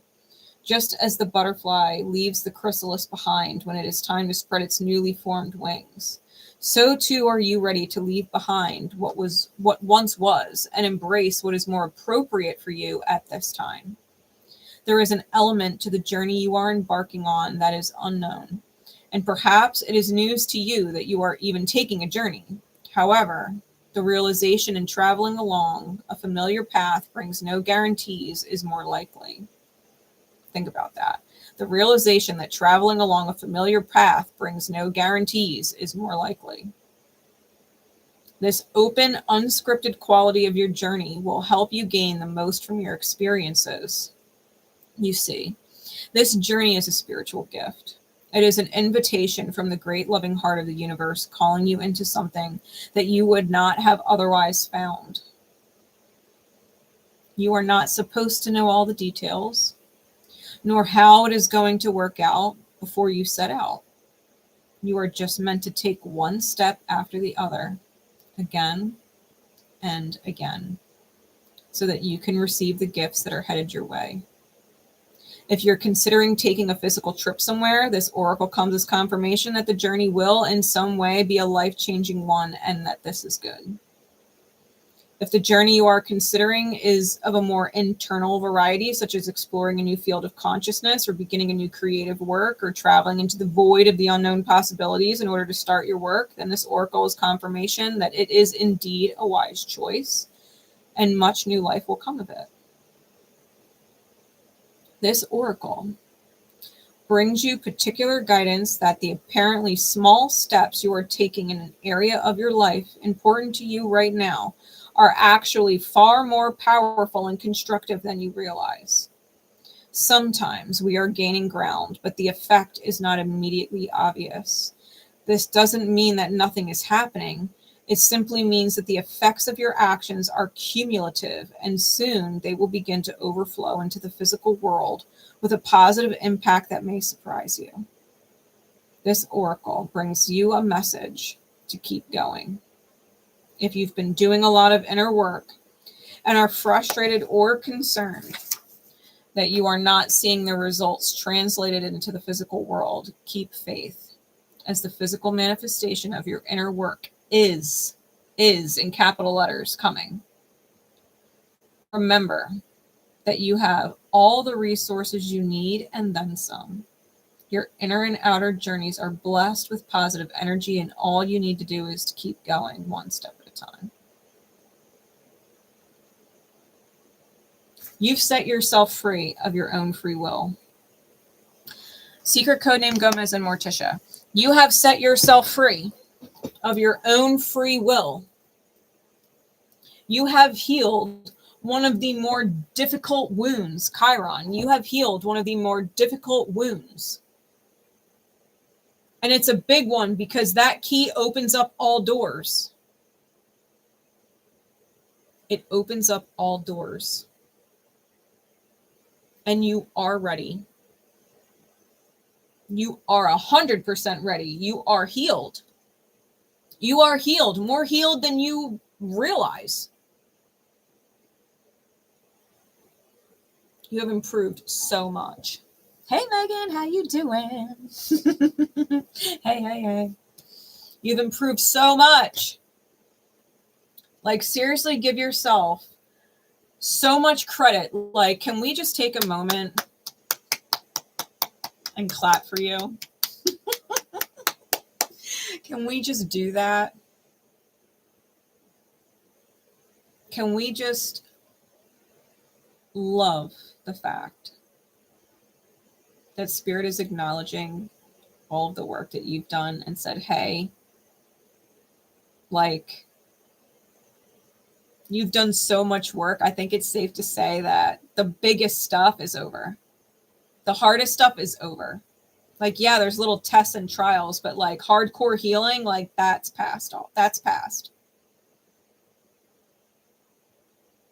Secret codename Gomez and Morticia.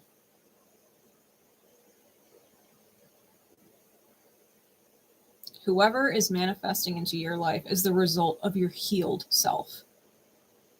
Healed. It's not a trauma bond. It's not a twisted joke. Whoever is manifesting into your life is the result of your upgraded energy. It's the result of applying wisdom, because it's not about trying anymore. It's about doing, and it's about being. It's about I can. It's about ask and you shall receive. It's about I am the life, the truth, and the way. It's about your ascension. There is only one truth, and you've ascended out of your unhealed version. You've ascended out of your Chiron wounding manifestation. You've ascended out of that timeline. Rest in peace to the old self. God bless and amen. It's over. You're not manifesting from your wounds anymore, babe. And that is beautiful. That is beautiful. So congrats to you. Congrats to you. For real. That's fucking hard. Healing Chiron.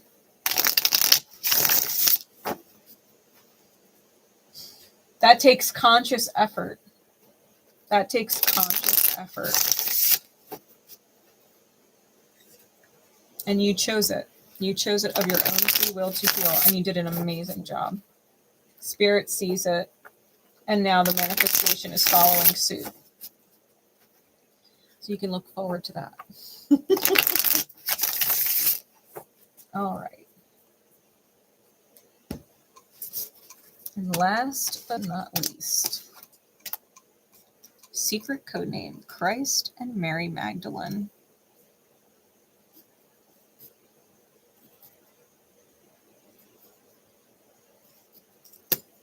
Christ and Mary Magdalene.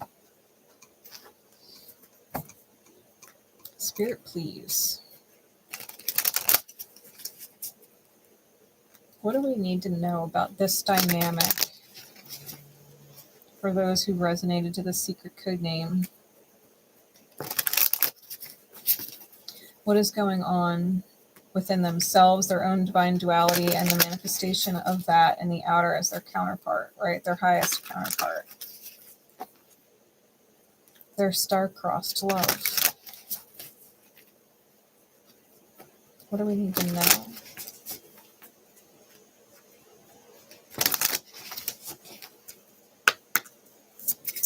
What card above all others?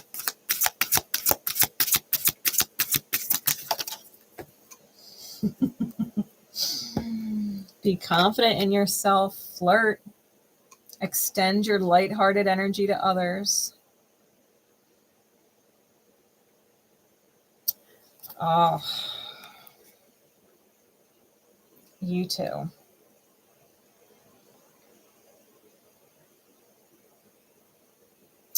It feels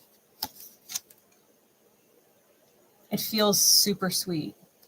Like they're sitting here, he's leaned all the way in, leaned in, and she's kissing his forehead and he's holding her hand on her knee. It's so sweet. Leaned all the way in.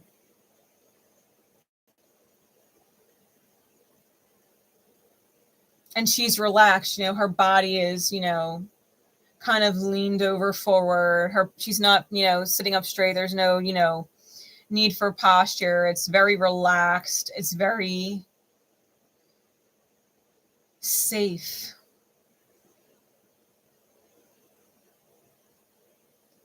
It's so safe.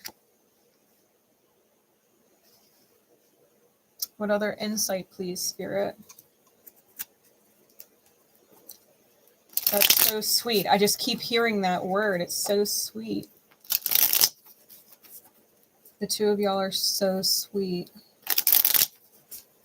with each other. So safe with each other.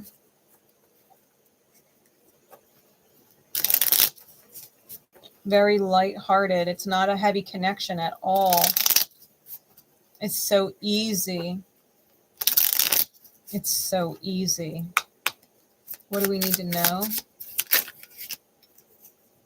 The foundation.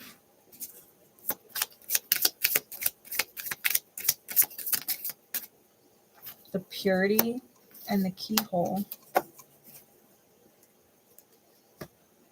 We have the demon on top.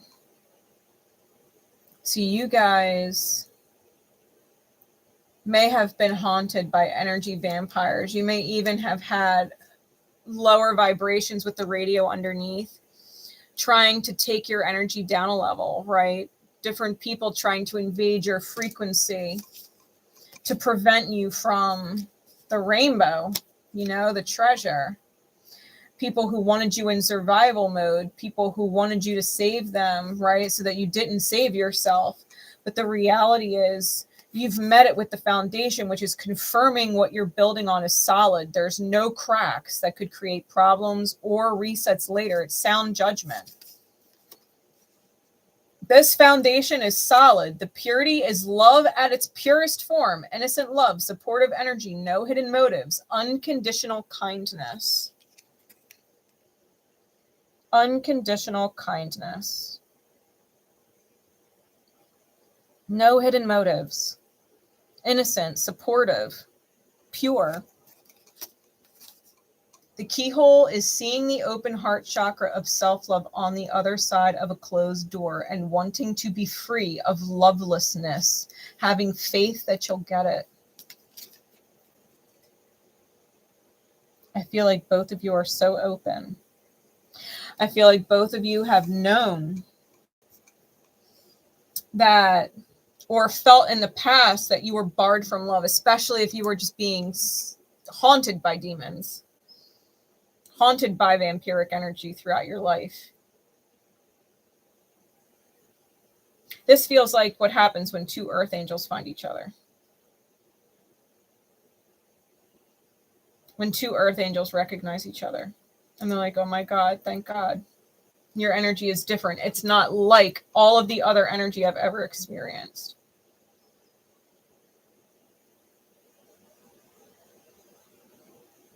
Really. It's like, thank God I found you. Thank God you're here. Thank God you exist. There's such gratitude.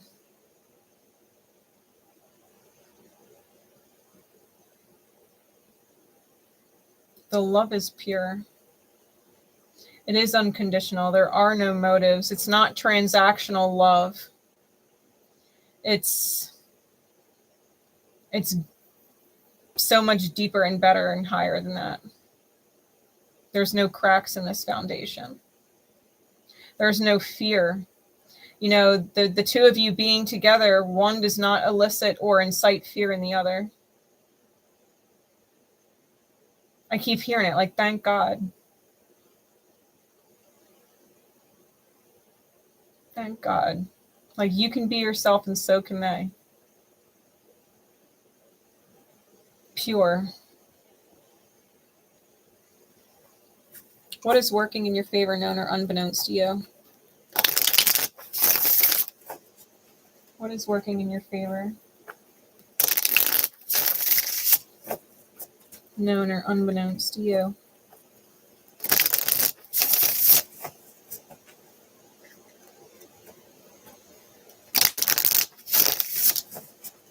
Secret code name, Christ and Mary Magdalene.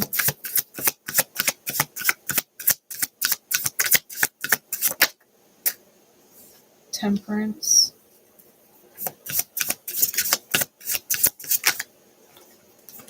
The Tower.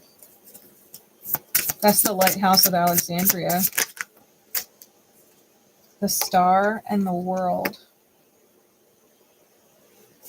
Clarities, please. The Empress.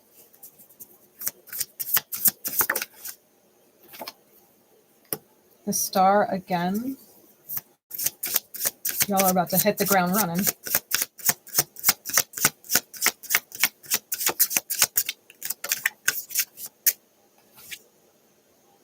Judgment.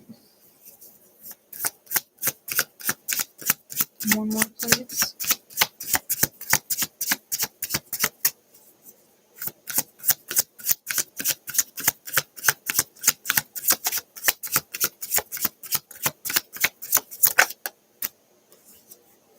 And the Hermit.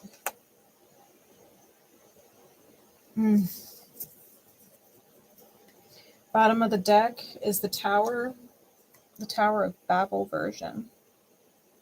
Discovering love's language. Bottom is Death. Or the top is Death, right? The bottom is the Tower. Everything changes with time.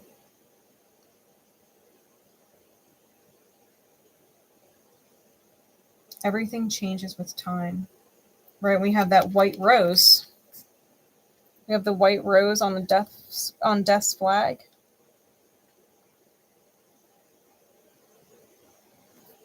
Just like we have the white rose here. Hey Lala, how you doing? Hey. Really, these cards. Temperance. I am. It's Latin, right? It says ego sum via veritas et vita. I am the life, the truth, and the way. And it is Christ. You can kind of see it in the book. If it'll focus, camera. It's Christ.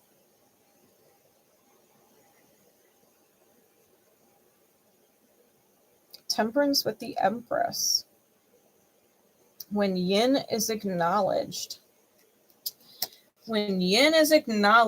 direction becomes clear. Love is gold. Love is gold. And even though the heart on this scales, right? The scales here, because the Empress is Venusian, it's Libra, and it's Taurus. Even if the heart on the scale is made of solid gold, it is still lighter than the feather. It is still lighter than the feather.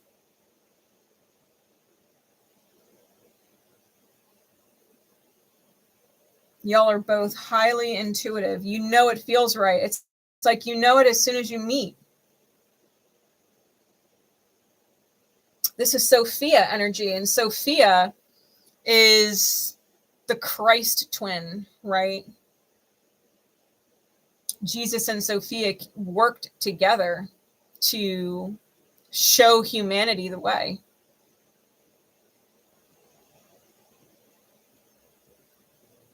It's divine alchemy.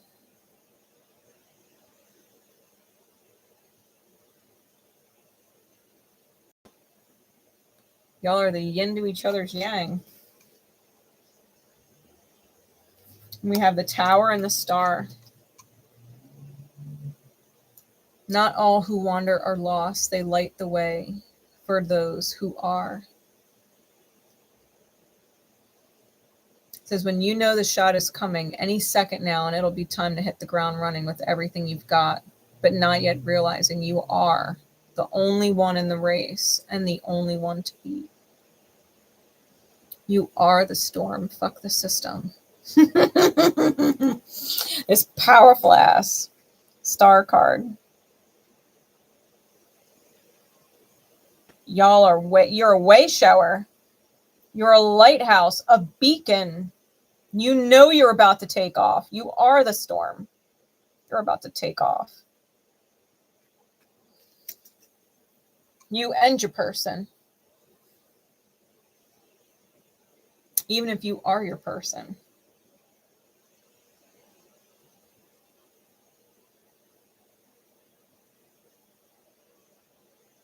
You are the union within the self. This is high energy. Double Uranian energy.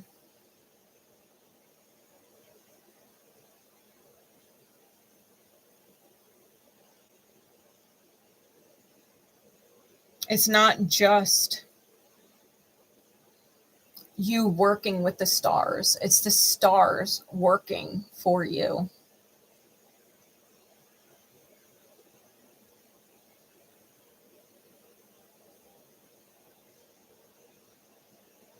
You are a wealth of hidden knowledge, ancient knowledge. I'm sure you realize it, to be fair. You know you're tuned into really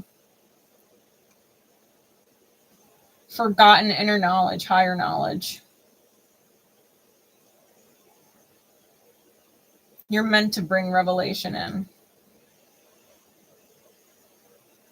Your energy is meant to be light. It's meant to be solid. Right? Discovering love's language.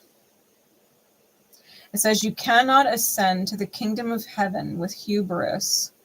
Only when heaven descends into you. Only when heaven descends into you will you become and know the divine. Those who do not speak the language of the Most High may not receive the Most High. Actions speak louder than words. Do what is right, even if no one sees, even if no one acknowledges you, even if others don't. In the divine mirror, we do not understand the Most High. Therefore, we do not understand each other. With these misunderstandings, everything we quote unquote try to build in this life will fall apart before we reach the goal. Until we understand, we will continue to be humbled. This is about releasing the war within the self. This is speaking the divine's language. It's about speaking the divine's language.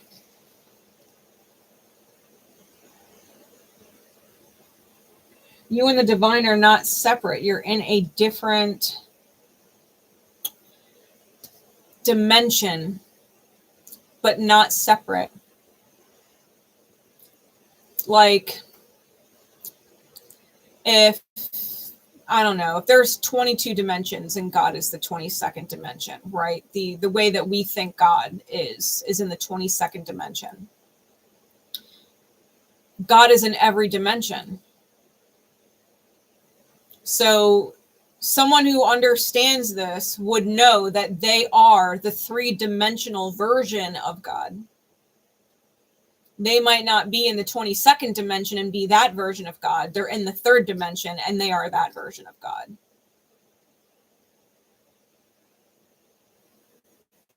And what they do is divinely guided from the 22nd dimension.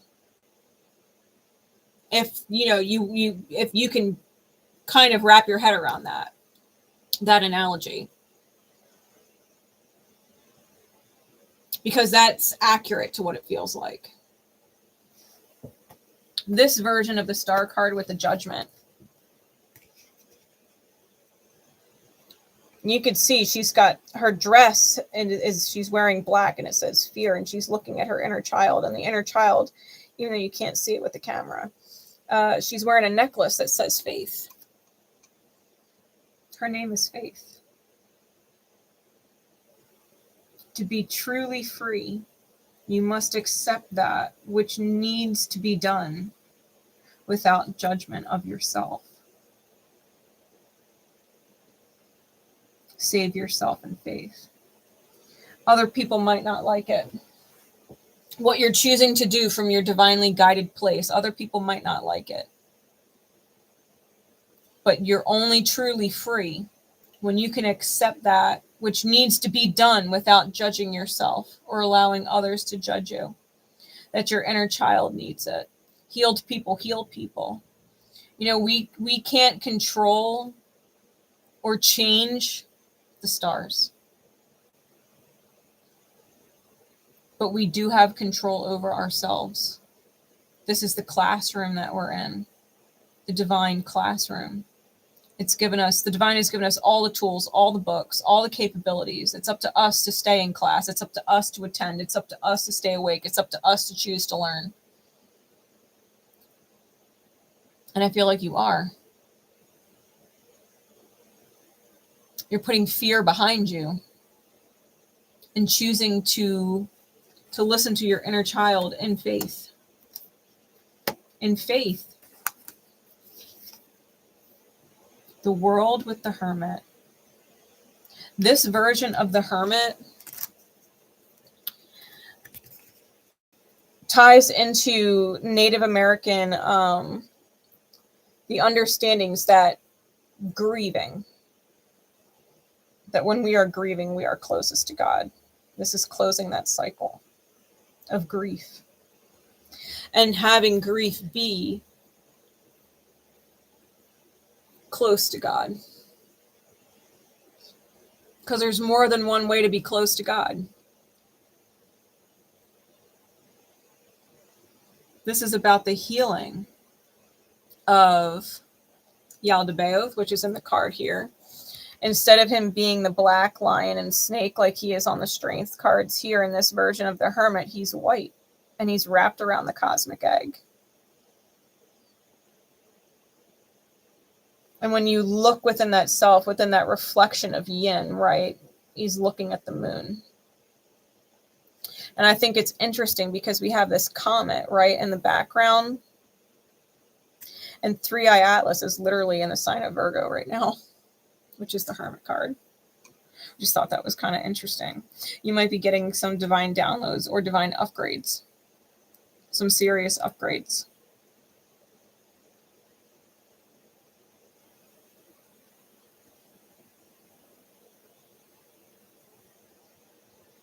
Upgrades to your consciousness. I've got white wolf, white snake, white lion, white buffalo synchronicities with this card. And this is the tree of life, right, from Norse mythology. The different layers, right, the different dimensions. It took me forever to make this card. It took me forever to make this card. There's more layers in this card than any other card I made. But this is about the different dimensions. We were talking about that. You know, you are bringing higher dimensional wisdom into lower dimensional realities of form. You speak the divine's language. And whether you are genuinely in union with yourself or you do have a counterpart coming in, either way, you feel so safe inside your connection, either to yourself or to your person, if not both outright. The foundation is solid. The foundation is pure. The love is there. I feel like you're about to open a door. You might be flirting with the next vibrational dimension of things. Fear is behind you. Healed people heal people. Like, it's all over your reading. You're about to hit the ground running. When yin is acknowledged, the path becomes clear. Direction becomes clear.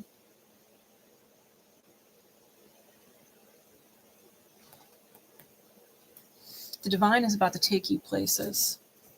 What is the guidance, please, Spirit? The divine is about to take you places. And to be fair, your ripple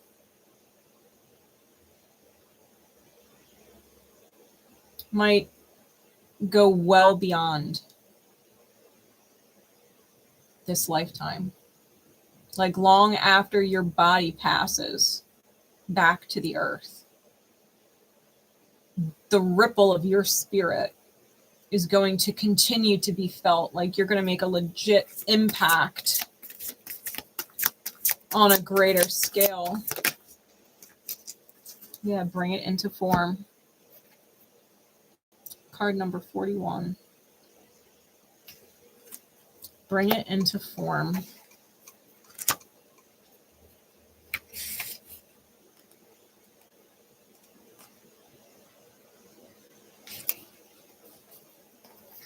It says, beautiful dreamer. You can imagine wonderful worlds of light. You can dream up so many possibilities. Now it is time to bring those possibilities of light into the world. They need to be more than ideas. They need to live, to manifest. The world needs not only your dreams, beautiful as they are, but also your creations. Get thee to thy desk, thy easel, thy computer. Work, beautiful dreamer. Don't just dream, create. You are being asked to honor yourself with a commitment to complete your inspired tasks. This will help you to grow, and that is a wonderful reason to commit. But there is another reason too.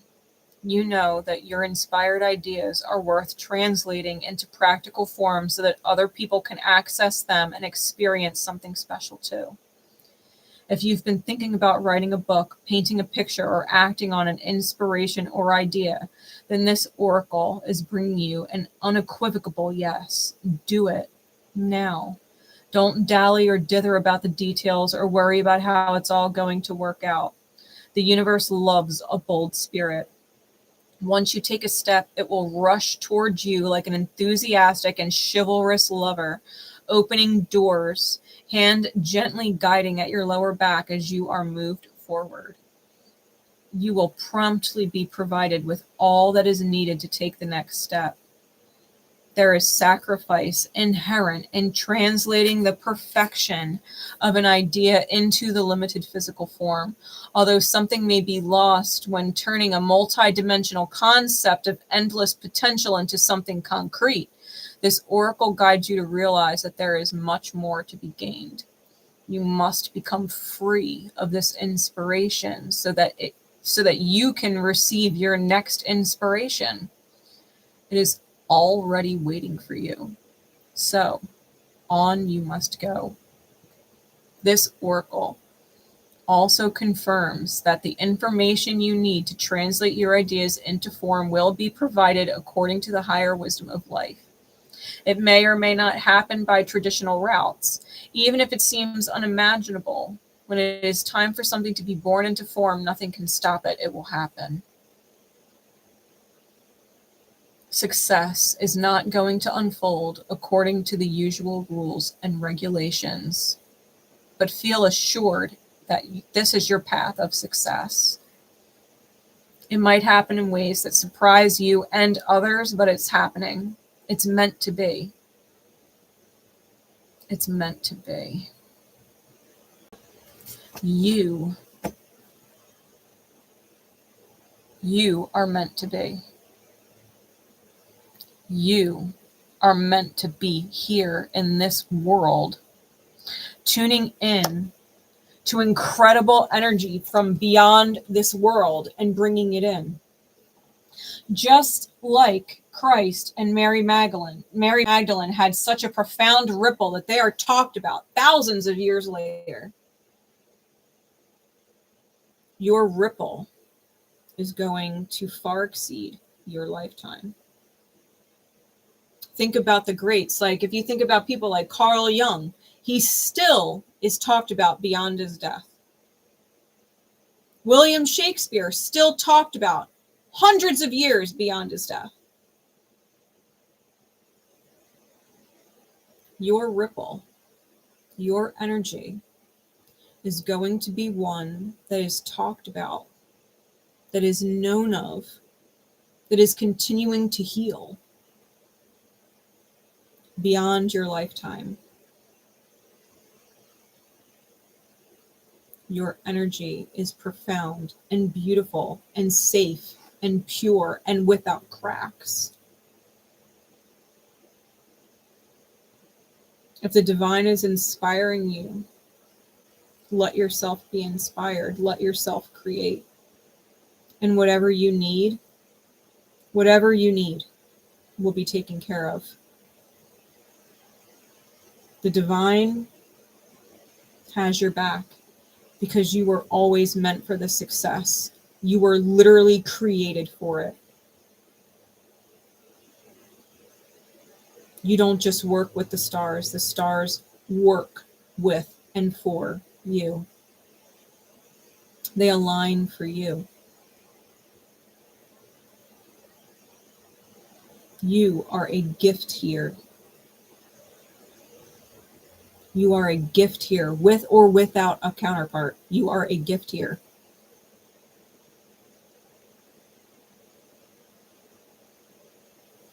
And that is incredible. That's incredible. All of the knowledge and all of the wisdom that's been lost to time, you hold it within yourself. And Spirit saying, let's get it out of yourself, out of your dreams, and out of your mind, and into form. It's time. It's just that time. How about that? Secret code name Christ and Mary Magdalene. What a ripple. What a ripple.